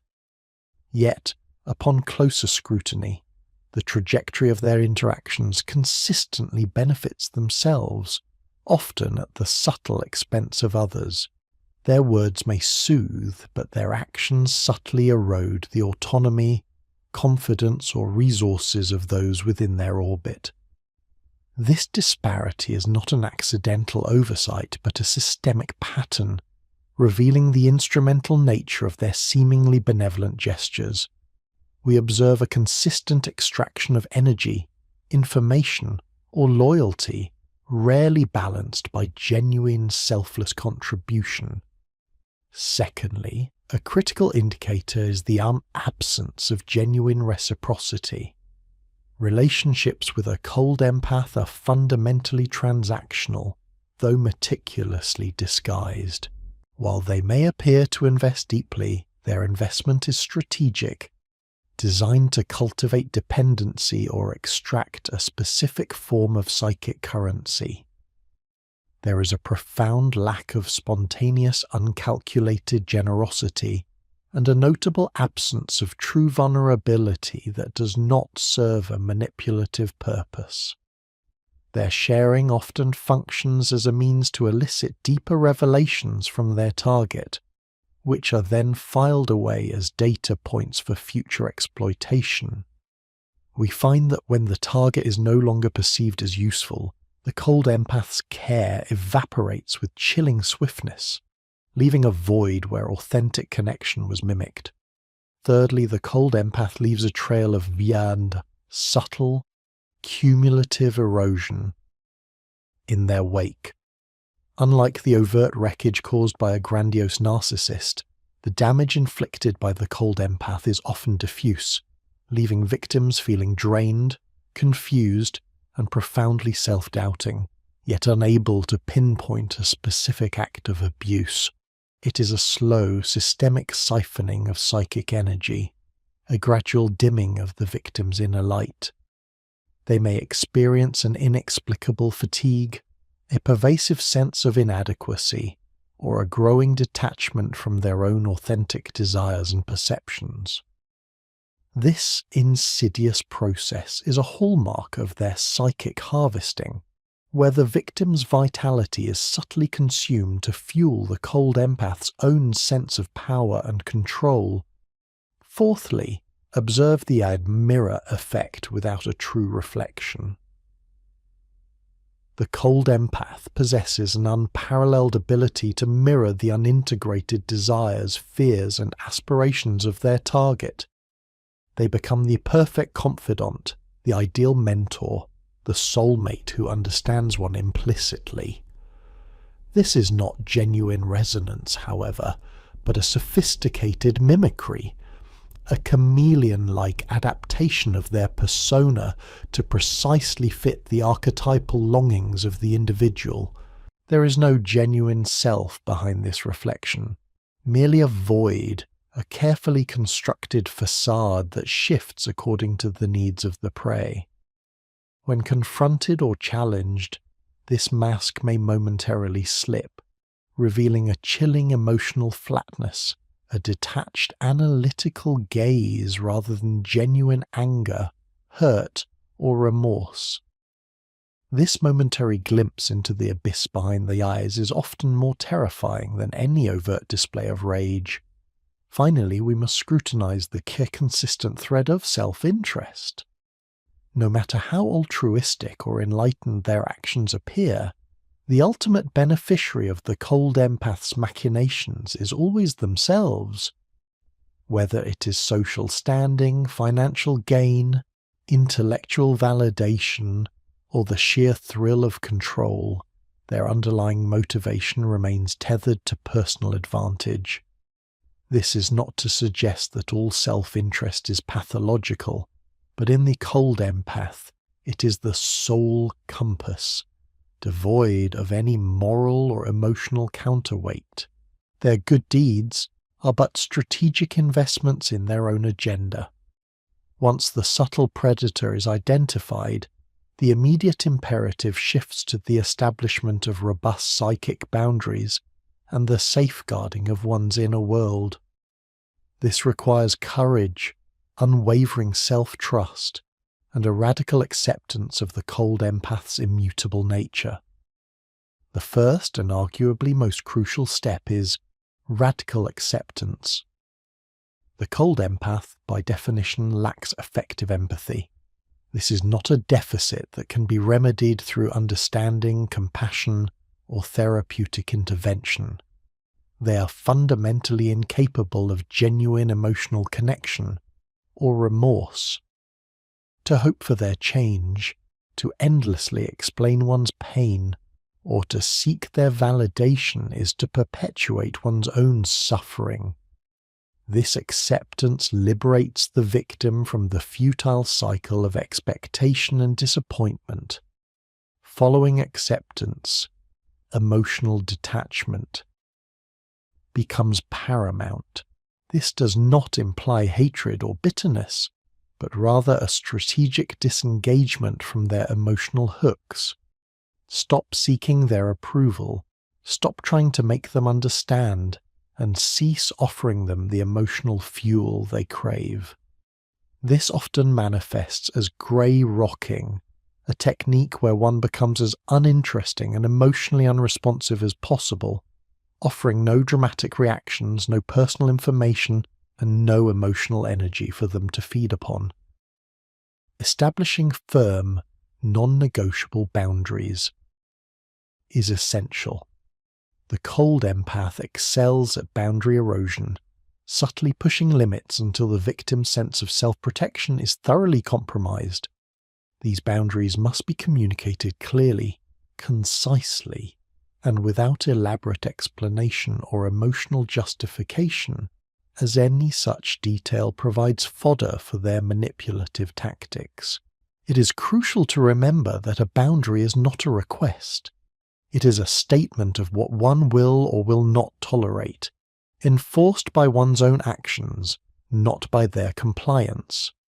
Limiting exposure is a fractal necessity. This may involve physical distance, reducing communication, or, in extreme cases, complete disengagement. In professional or familial contexts where complete severance is impossible, one must meticulously control the flow of information and interaction, always maintaining a vigilant awareness of their strategic intentions. Crucially, victims must revalidate their intuition and trust the quote 49 signals that were initially dismissed. The cold empath systematically undermines the victim's internal compass through gaslighting, making this revalidation a foundational step. One must consciously prioritize internal signals, the gut feeling, the subtle unease, the somatic responses, over the cold empath's persuasive narratives. Seeking external validation from trusted, emotionally healthy individuals or therapeutic professionals can provide essential reality checks, countering the isolation and self-doubt fostered by the manipulator. Finally, a deep understanding of the cold empath's modus operandi acts as a powerful shield. Recognizing their patterns of insight bombing, triangulation, projection, and subtle gaslighting allows one to anticipate their moves and diffuse their power before it takes hold. When one comprehends the strings of the puppet master, one can refuse to dance. The damage inflicted by a cold empath is often profound, reaching into the very core of one's psychic sovereignty. The journey of reconstruction is thus an arduous, non-linear process, demanding immense courage, self-compassion, and a commitment to reintegrating the fragmented self. The initial phase involves us to grief and acknowledgement.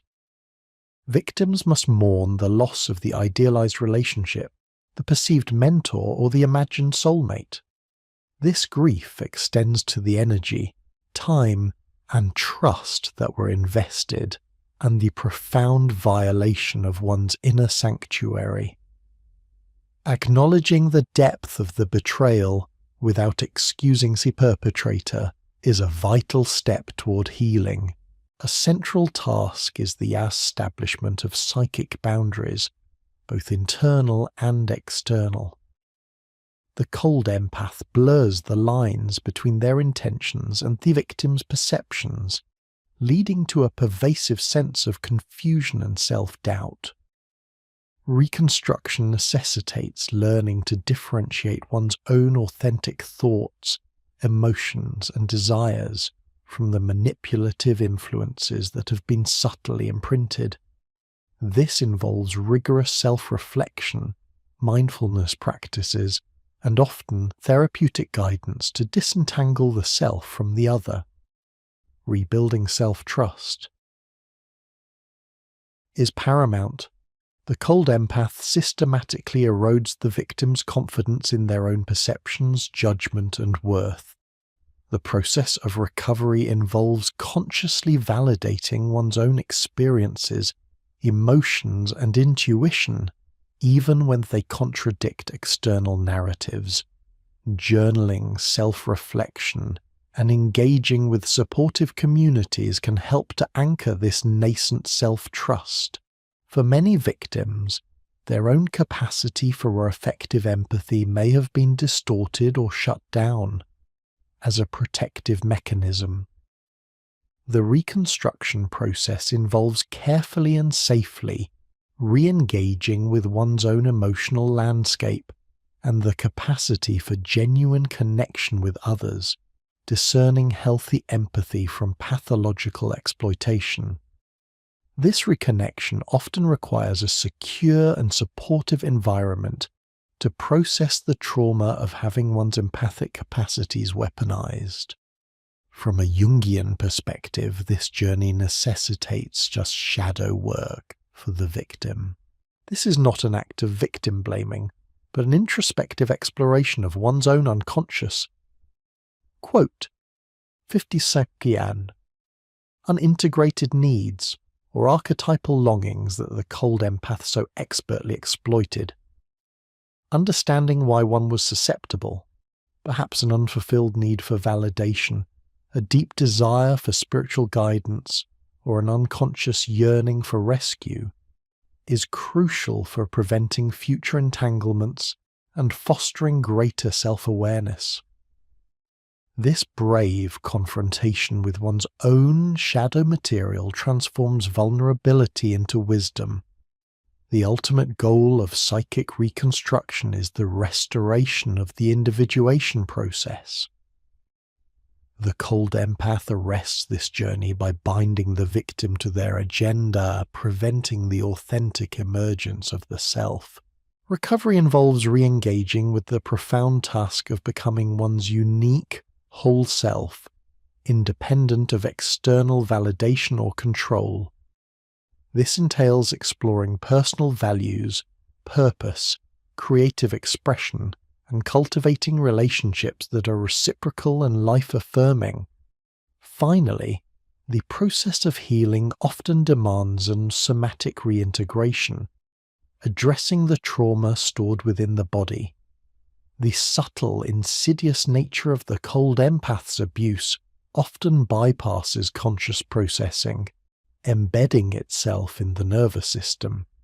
Body-based therapies, mindfulness, and movement practices can help to release this stored trauma and re-establish a sense of safety and coherence within the physical self. The journey of psychic reconstruction is not merely about surviving, it is about thriving, about reclaiming the integrity of the soul and forging a self that is resilient, discerning, and deeply rooted in its own authentic truth. It is a testament to the human spirit's capacity for healing, a profound reaffirmation of the individuation process in the face of its most insidious antagonists. The arduous path to psychic reconstruction, following the profound violation inflicted by a cold empath, transcends mere recovery. It necessitates a fundamental reforging of the soul. This is not a return to a prior state of being, a simple patching up of wounds, but rather an alchemical process of transformation, a journey into the deepest recesses of one's being where the shattered fragments of the self are meticulously gathered, purified by the fires of introspection, and ultimately reintegrated into a more resilient, conscious, and individuated whole. The experience, insidious and pervasive, leaves a devastating imprint, challenging the very core of one's identity. The stakes, as we have established, are nothing less than the integrity of the human soul and the preservation of authentic human relatedness in a world where such predation exists. Our exploration now turns to the intricate, often agonizing phases of this vital psychic rebuilding, acknowledging the depth of the wound and the profound, almost superhuman courage required for its healing. The survivor embarks on a hero's journey, not through external landscapes, but through the treacherous terrain of their own psyche, seeking to reclaim what was stolen and build something stronger in its place. The initial, often overwhelming phase of this reconstruction is the crucible of grieving. Unlike the more straightforward grief associated with a typical loss, the end of a relationship, the death of a loved one, a career setback, The mourning process for a victim of a cold empath is uniquely complex and multi-layered. It's a labyrinthine sorrow that bewilders the mind as much as it lacerates the heart. One grieves not merely for a lost relationship, a shattered dream of connection, or a betrayed trust that seemed so solid. The grief runs far deeper. It is a profound lament for a lost self, the vibrant, trusting self that existed before the insidious infiltration, the self whose reality was systematically dismantled, piece by agonizing piece. The individual mourns the immense time, precious energy, and deep emotional investment irrevocably siphoned away, poured into a bottomless well of deceit.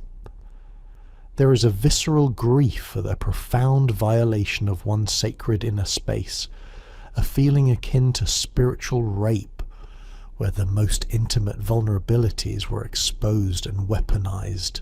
And perhaps most chillingly, there is the raw grief for the innocence that has been irrevocably lost, coupled with the horrifying realization that empathy itself, that most human of capacities, was twisted and weaponized against them. This grief encompasses a bewildering constellation of emotions: intense, burning anger at the calculated deception, profound, disorienting confusion over the protracted gaslighting that twisted their perception of reality, existential despair at the perceived absence of genuine goodness in a world that now seems populated by shadows, and a deep, aching sorrow for the naive trust that once allowed for open-hearted connection. "How could I have been so blind?" the survivor often whispers to themselves in the quiet hours of the night, their mind replaying scenes, searching for clues they missed, for warnings unheeded. It is a process that defies conventional timelines, often requiring a prolonged solitary period of introspection to fully process the magnitude of the psychic injury. We must allow for the full spectrum of this sorrow, understanding that suppressing it only prolongs the fragmentation, trapping the soul in a perpetual state of unacknowledged agony. This initial phase is messy, unpredictable, and utterly essential for any true healing to begin. Following this essential, often exhausting period of mourning, the imperative shifts to reclaiming psychic sovereignty through the re-establishment of boundaries. The cold empath operates by systematically dissolving the victim's internal and external boundaries, creating a porous psychic field ripe for exploitation. They subtly erode the sense of self, blurring the lines between quote 53 and quote 54, making the victim's feelings and needs indistinguishable from the manipulator's agenda. Therefore, the act of re-establishing boundaries is not merely about external declarations of quote 50-50 or setting rigid rules. It is about rebuilding an internal firewall, a sacred demarcation between self and other that is felt and honored from within. This involves a meticulous, often painstaking process of discerning one's own energetic space, learning to identify and protect one's nascent, fragile self from further intrusion. It's an internal calibration, a tuning fork resonating with one's own authentic vibration, learning to distinguish it from the echoes of past manipulation. The survivor must rigorously filter external influences, questioning motives, sensing energetic shifts, and learning to trust that subtle unease that whispers. Quote 56. It demands a radical re-evaluation of past interactions, dissecting where boundaries were breached, where implicit consent was overridden, and understanding the subtle, insidious mechanisms through which one's autonomy was compromised. Quote 57. They might ponder, not in self-blame, but in a quest for understanding, for patterns to identify and dismantle. This internal work is directly congruent with Jung's concept of individuation, for to establish robust psychic boundaries is to define oneself as a distinct, sovereign entity, separate from the undifferentiated collective and the manipulative projections of others. It is the creation of a psychic container, robust enough to hold the emerging self, to protect its nascent strength, and to allow for authentic growth without external contamination. Perhaps the most arduous yet ultimately most liberating phase is the alchemy of self-trust.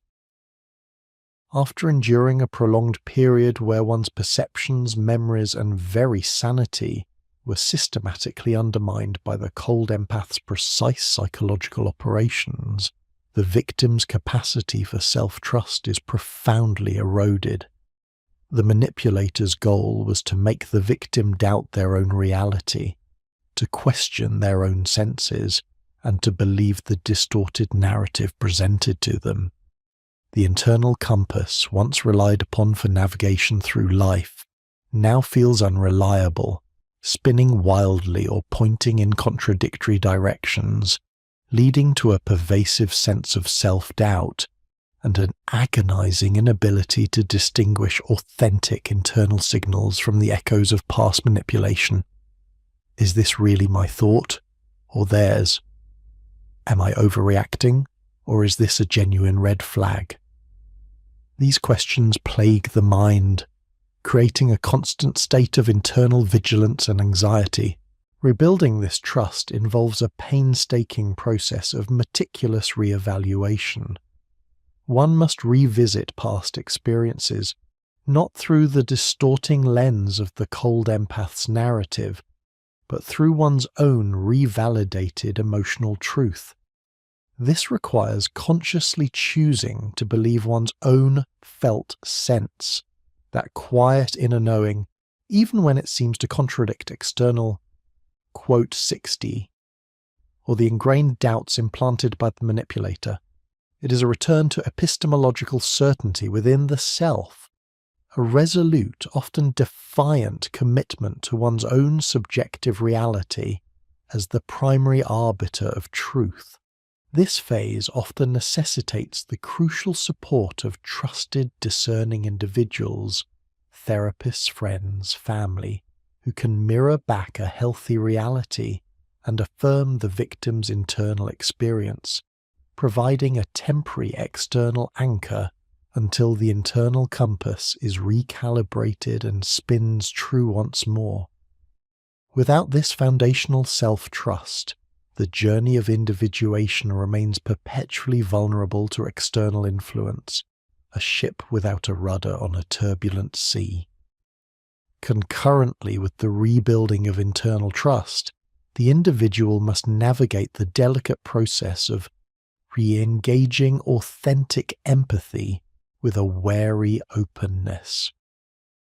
The traumatic experience of having one's own empathetic capacity exploited, of having their kindness and compassion turned into weapons against them, can lead to a profound protective withdrawal, a fear of connecting deeply with others for fear of future betrayal.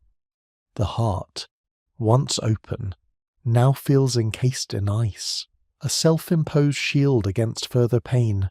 However, to fully heal and individuate, one cannot remain in isolation.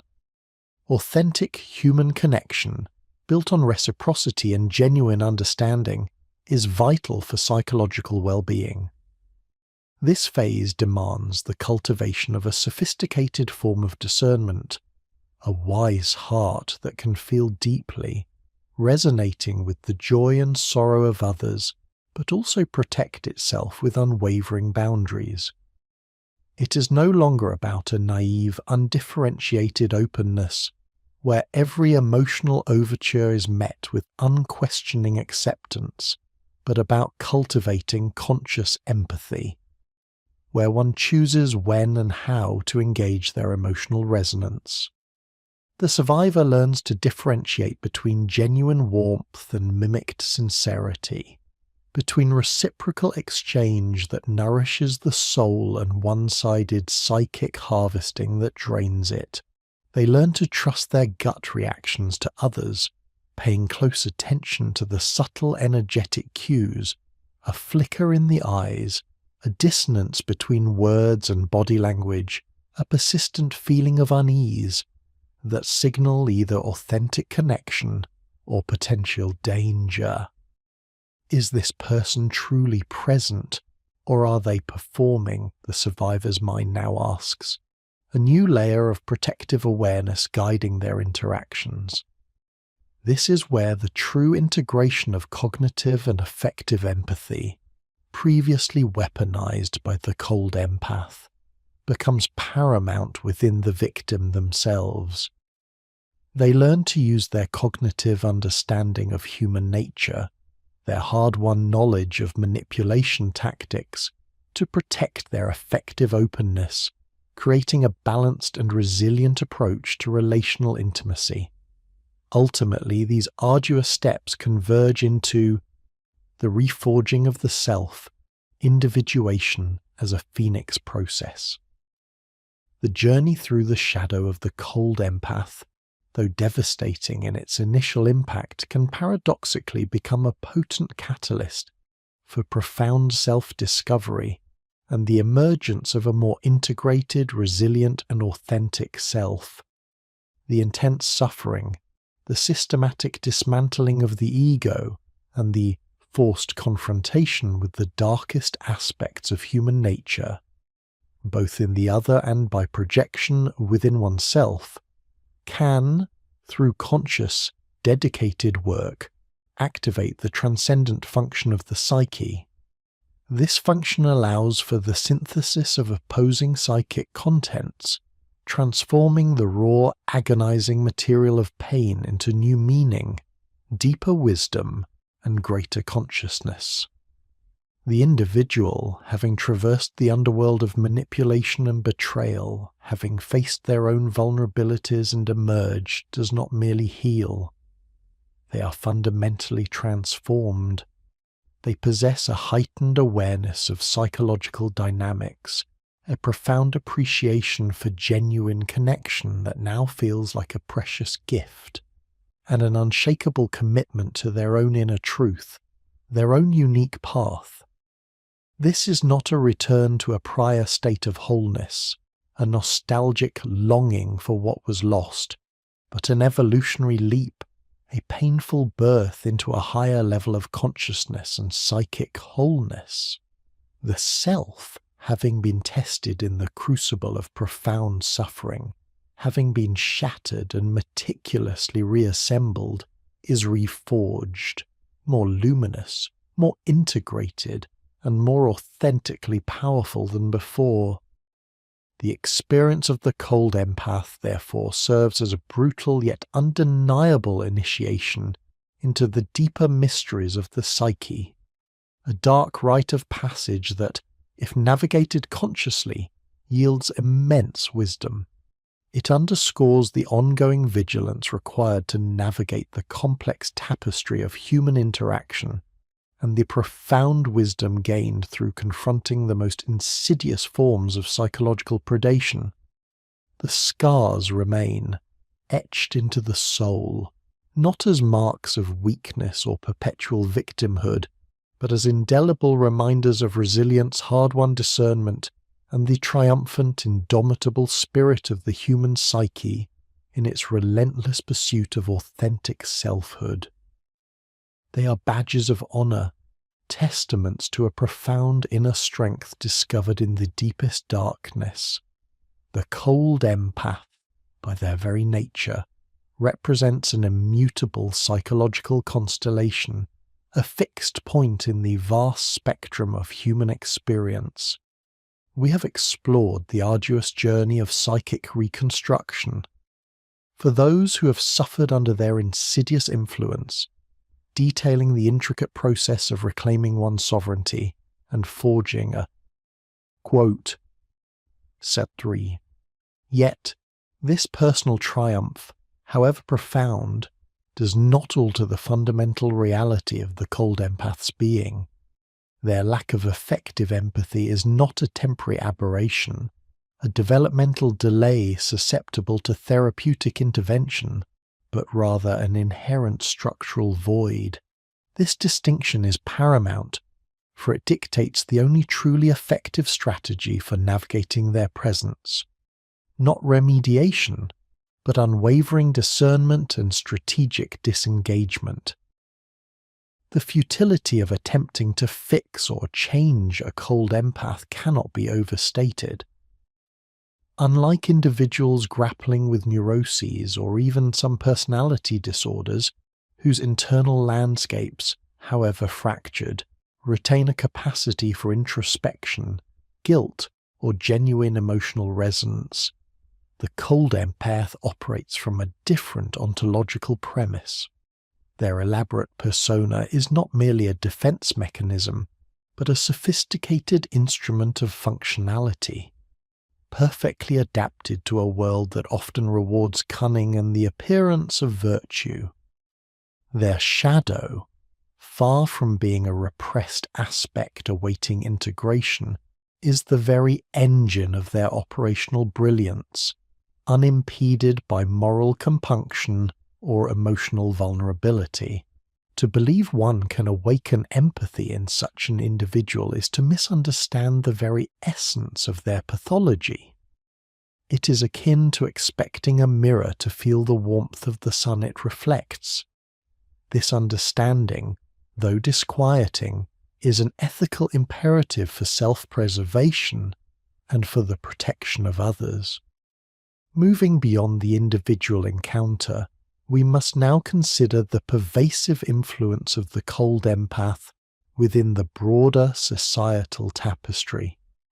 Their subtle predation is not confined to intimate relationships or isolated spiritual communities. It permeates the very structures of our collective existence, from boardrooms to political arenas, from academic institutions to the vast networks of digital communication. The cold empath thrives in environments where power, influence, and the manipulation of perception are valued, often cloaking their true intentions behind a veneer of altruism, visionary leadership, or intellectual rigor.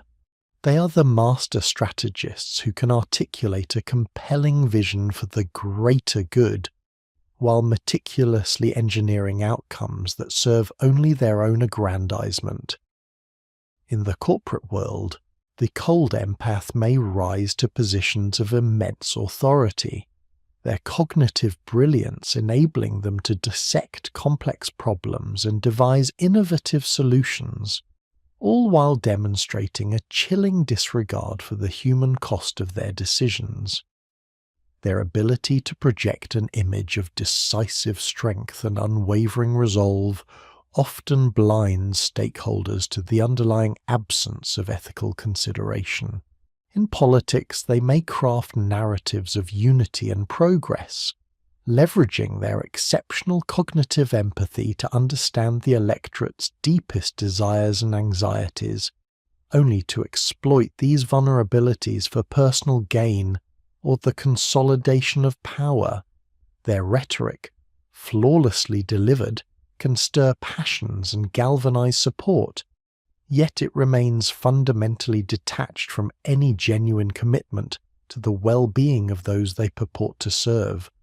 Perhaps most insidiously, the cold empath finds fertile ground in fields dedicated to human welfare, such as psychotherapy, spiritual guidance, and even philanthropy. Here, their capacity for awe, quote 67, and their impeccable mimicry of compassion become particularly dangerous. They can assume the role of the enlightened guru, the compassionate healer, or the benevolent leader, drawing individuals into their orbit by reflecting their unvoiced needs and offering seemingly profound wisdom. Yet, beneath this meticulously constructed facade, the process of psychic harvesting continues, subtly draining the energy, resources, and self-trust of their followers. The trust inherently placed in such figures makes the betrayal all the more devastating, and the subsequent recovery all the more arduous. The presence of cold empaths in these influential positions contributes to a gradual, yet profound erosion of collective psychic sovereignty. When leaders, mentors, or public figures consistently operate from a place of detached self-interest, even while projecting an image of selfless dedication, the foundational trust necessary for a healthy society begins to fray.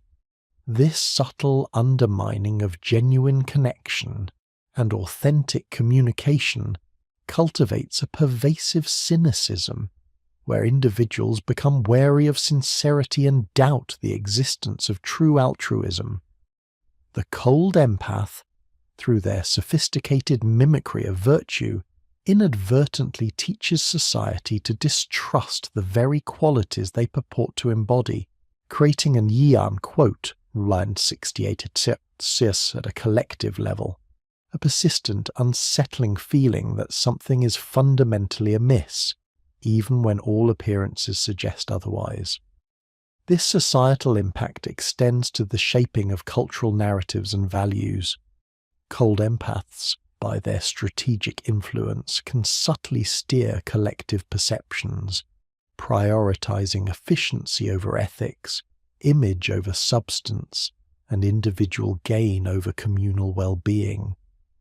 They can become architects of a culture that rewards superficial charm and calculated performance, inadvertently diminishing the value of genuine emotional intelligence, vulnerability, and authentic connection. In such an environment, the true empath, with their open heart and often less polished presentation, may find themselves marginalized or exploited, their genuine sensitivities misconstrued as weakness. The risk is that a society, under the subtle sway of cold empathic influence, begins to lose its own effective compass, becoming increasingly adept at intellectual analysis but increasingly devoid of collective heart. Carl Jung's insights into the collective unconscious and the shadow archetype offer a profound lens through which to understand this societal challenge. The cold empath, in their advanced form, represents a manifestation of the collective shadow, a potent symbol of the unintegrated, disowned aspects of humanity's psyche.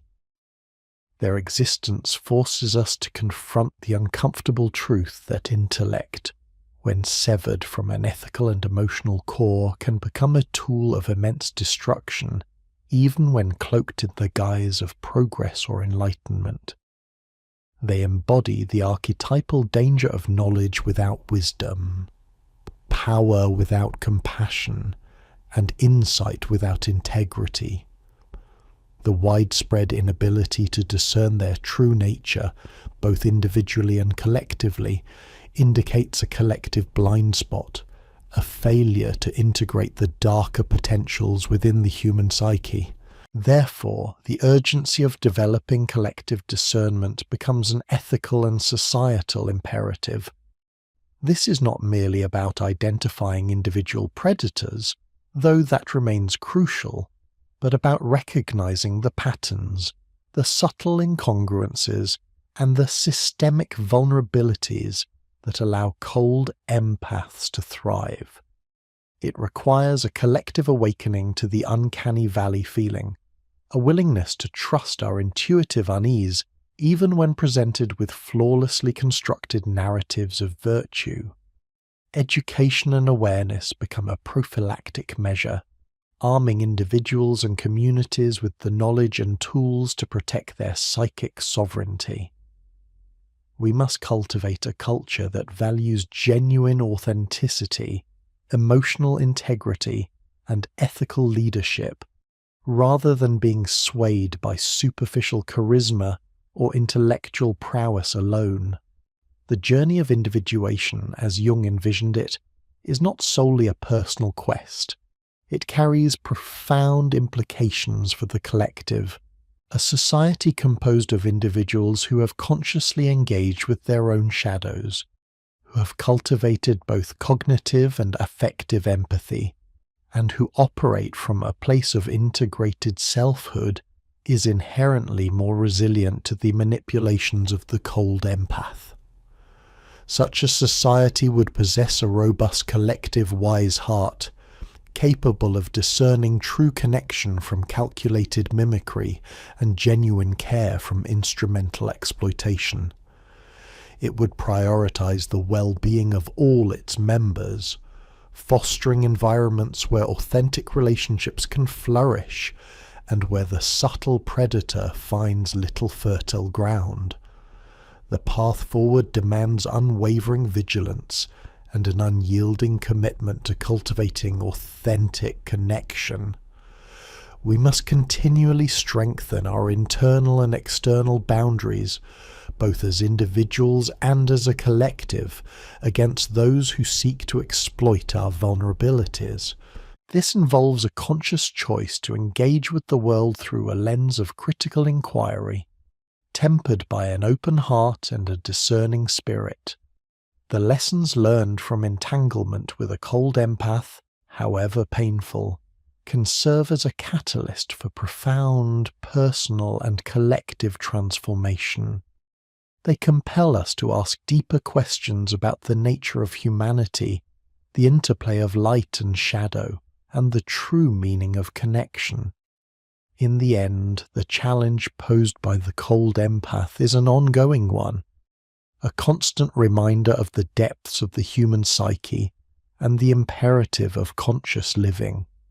It is a call to foster a society where genuine empathy is not merely a concept, but a lived reality, where discernment is a cultivated art, and where the journey of individuation leads not only to personal wholeness, but to a more ethically grounded and authentically connected world. The stakes are undeniably high, for the future of our collective psychic sovereignty hinges upon our capacity to recognize, understand, and ultimately transcend the subtle, yet devastating influence of the cold empath. The insidious footprint of the cold empath, as we have meticulously delineated, extends far beyond the confines of individual relationships, permeating the very fabric of collective existence.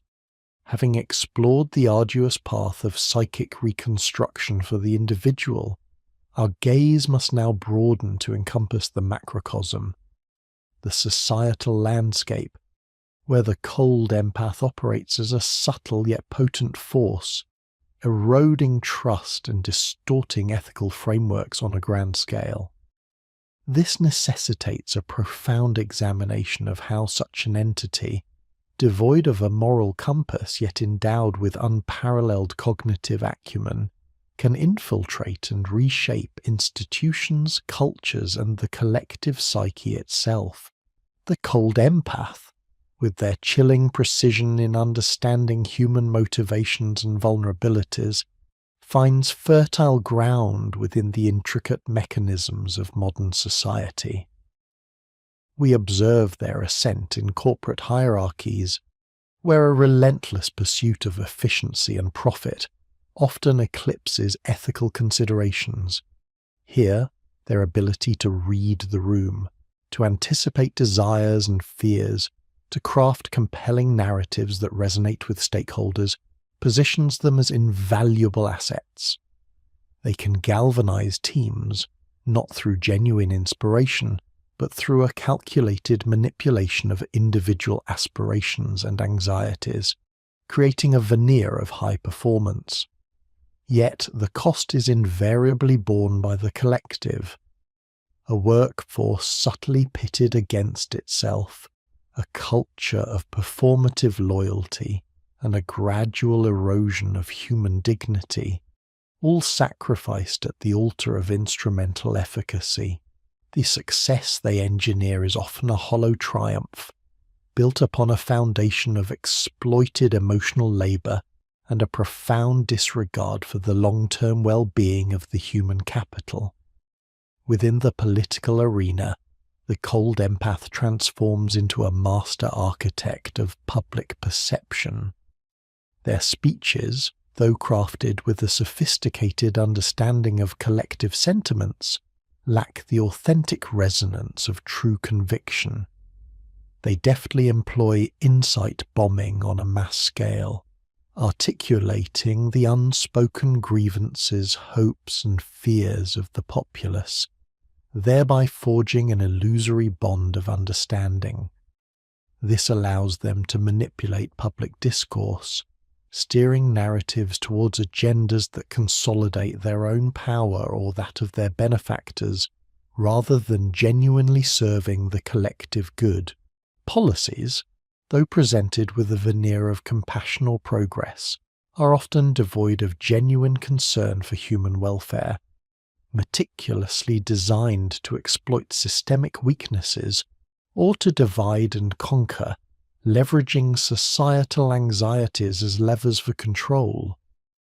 The political cold empath is a chameleon, adapting their persona to mirror the archetypal leader or savior that a particular demographic yearns for, all while operating from a place of profound detachment. Perhaps most perilously, the cold empath can infiltrate spiritual or ideological movements, co-opting the language of transcendence, community, and enlightenment to establish a deeply insidious form of control. In these contexts, where individuals often seek meaning, belonging, and guidance, the cold empath's ability to mimic profound insight and compassion can be devastating. They present themselves as enlightened guides, gurus, or visionaries, exploiting the archetypal longing for connection to something greater than oneself. By validating spiritual struggles and offering seemingly profound wisdom, they cultivate an unwavering loyalty, gradually isolating adherents from external influences and establishing a cult-like dependency. The psychic harvesting here is not merely emotional energy, but the very spiritual sovereignty of individuals, whose quest for authenticity is tragically subverted into a mechanism for the cold empath's aggrandizement and control. The mechanisms through which the cold empath enacts this societal erosion are manifold and cunning. Foremost among these is the mastery of narrative control. They are adept at crafting and disseminating stories that shape public perception, often by identifying collective grievances or aspirations, and then subtly redirecting them for their own strategic gain. This manipulation of collective consciousness can lead to a pervasive sense of distrust, not only in institutions but in the very possibility of genuine human connection. When authenticity is consistently mimicked and exploited, society becomes cynical, wary, and increasingly isolated. This widespread skepticism, paradoxically, creates an even more fertile ground for the cold empath to operate, as true discernment becomes clouded by a general distrust of all overt expressions of emotion or concern. Furthermore, the cold empath, particularly when occupying positions of power, contributes to the dismantling of ethical frameworks. Their fundamental lack of a moral compass, combined with their intellectual prowess, leads to a gradual redefinition of what constitutes acceptable behavior. Utility, efficiency, and self-interest begin to supersede justice, compassion, and collective welfare as guiding principles. This is the tyranny of the efficient, where outcomes are prioritized over the means, and human cost is relegated to a mere metric. Such a systemic devaluation of ethics inevitably breeds a culture of amorality, where individuals are incentivized to emulate the cold empath's detached, instrumental approach, further propagating the shadow. From a Jungian perspective, the cold empath emerges as a potent manifestation of the collective shadow. They embody society's unacknowledged drives for power, control, and efficiency at any cost, reflecting a collective repression of vulnerability, genuine emotion, and ethical responsibility. When a society, in its pursuit of technological advancement or material prosperity, disavows its own deeper emotional and spiritual needs, when it fetishizes intellect over intuition and material success over moral integrity, it creates the perfect psychological conditions for the cold empath to flourish. These individuals are not merely aberrations, they are symptoms of a collective psychic imbalance, acting out the unintegrated shadow aspects of a culture that has severed its intellectual power from its ethical heart. The cold empath often assumes distorted archetypal roles within the collective. They may appear as the sage, offering intellectual guidance, or the leader, promising direction and stability. Yet these archetypes are corrupted, serving not the collective individuation, but rather the cold empath's personal agenda. They exploit the collective longing for a saviour or a clear path, leading society astray from its ethical core by presenting cunning manipulations as profound insights. The collective, in its uncritical acceptance of such figures, fails to integrate its own shadows, its greed, its fear, its desire for easy answers, and thus allows these unacknowledged aspects to be projected onto and acted out by the cold empath on a grand scale, leading to widespread suffering and moral decay. Given the profound stakes, the imperative for collective resilience and discernment becomes paramount. This demands a proactive, multifaceted approach, beginning with the cultivation of critical emotional literacy across society. This extends beyond merely understanding emotions. It entails discerning their authenticity and source, both in individual interactions and within the broader public discourse. We must teach ourselves and future generations to recognize the subtle cues of performative empathy versus genuine affective resonance, to question narratives that sound empathetic but lack ethical grounding. Crucially, society must reprioritize effective empathy.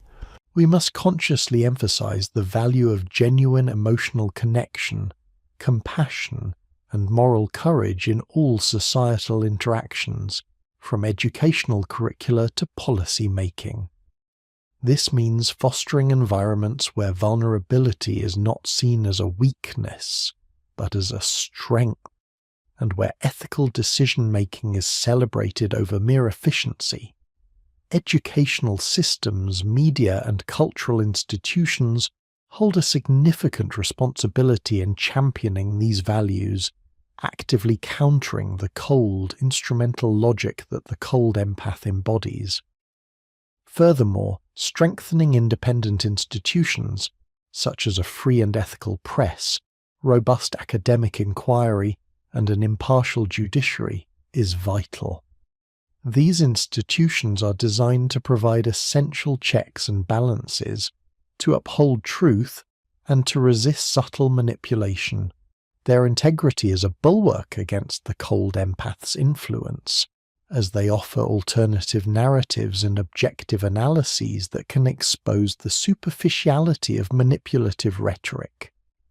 We must also cultivate a collective intuition, a societal gut feeling that signals when something feels fundamentally off, even if it is logically presented as sound.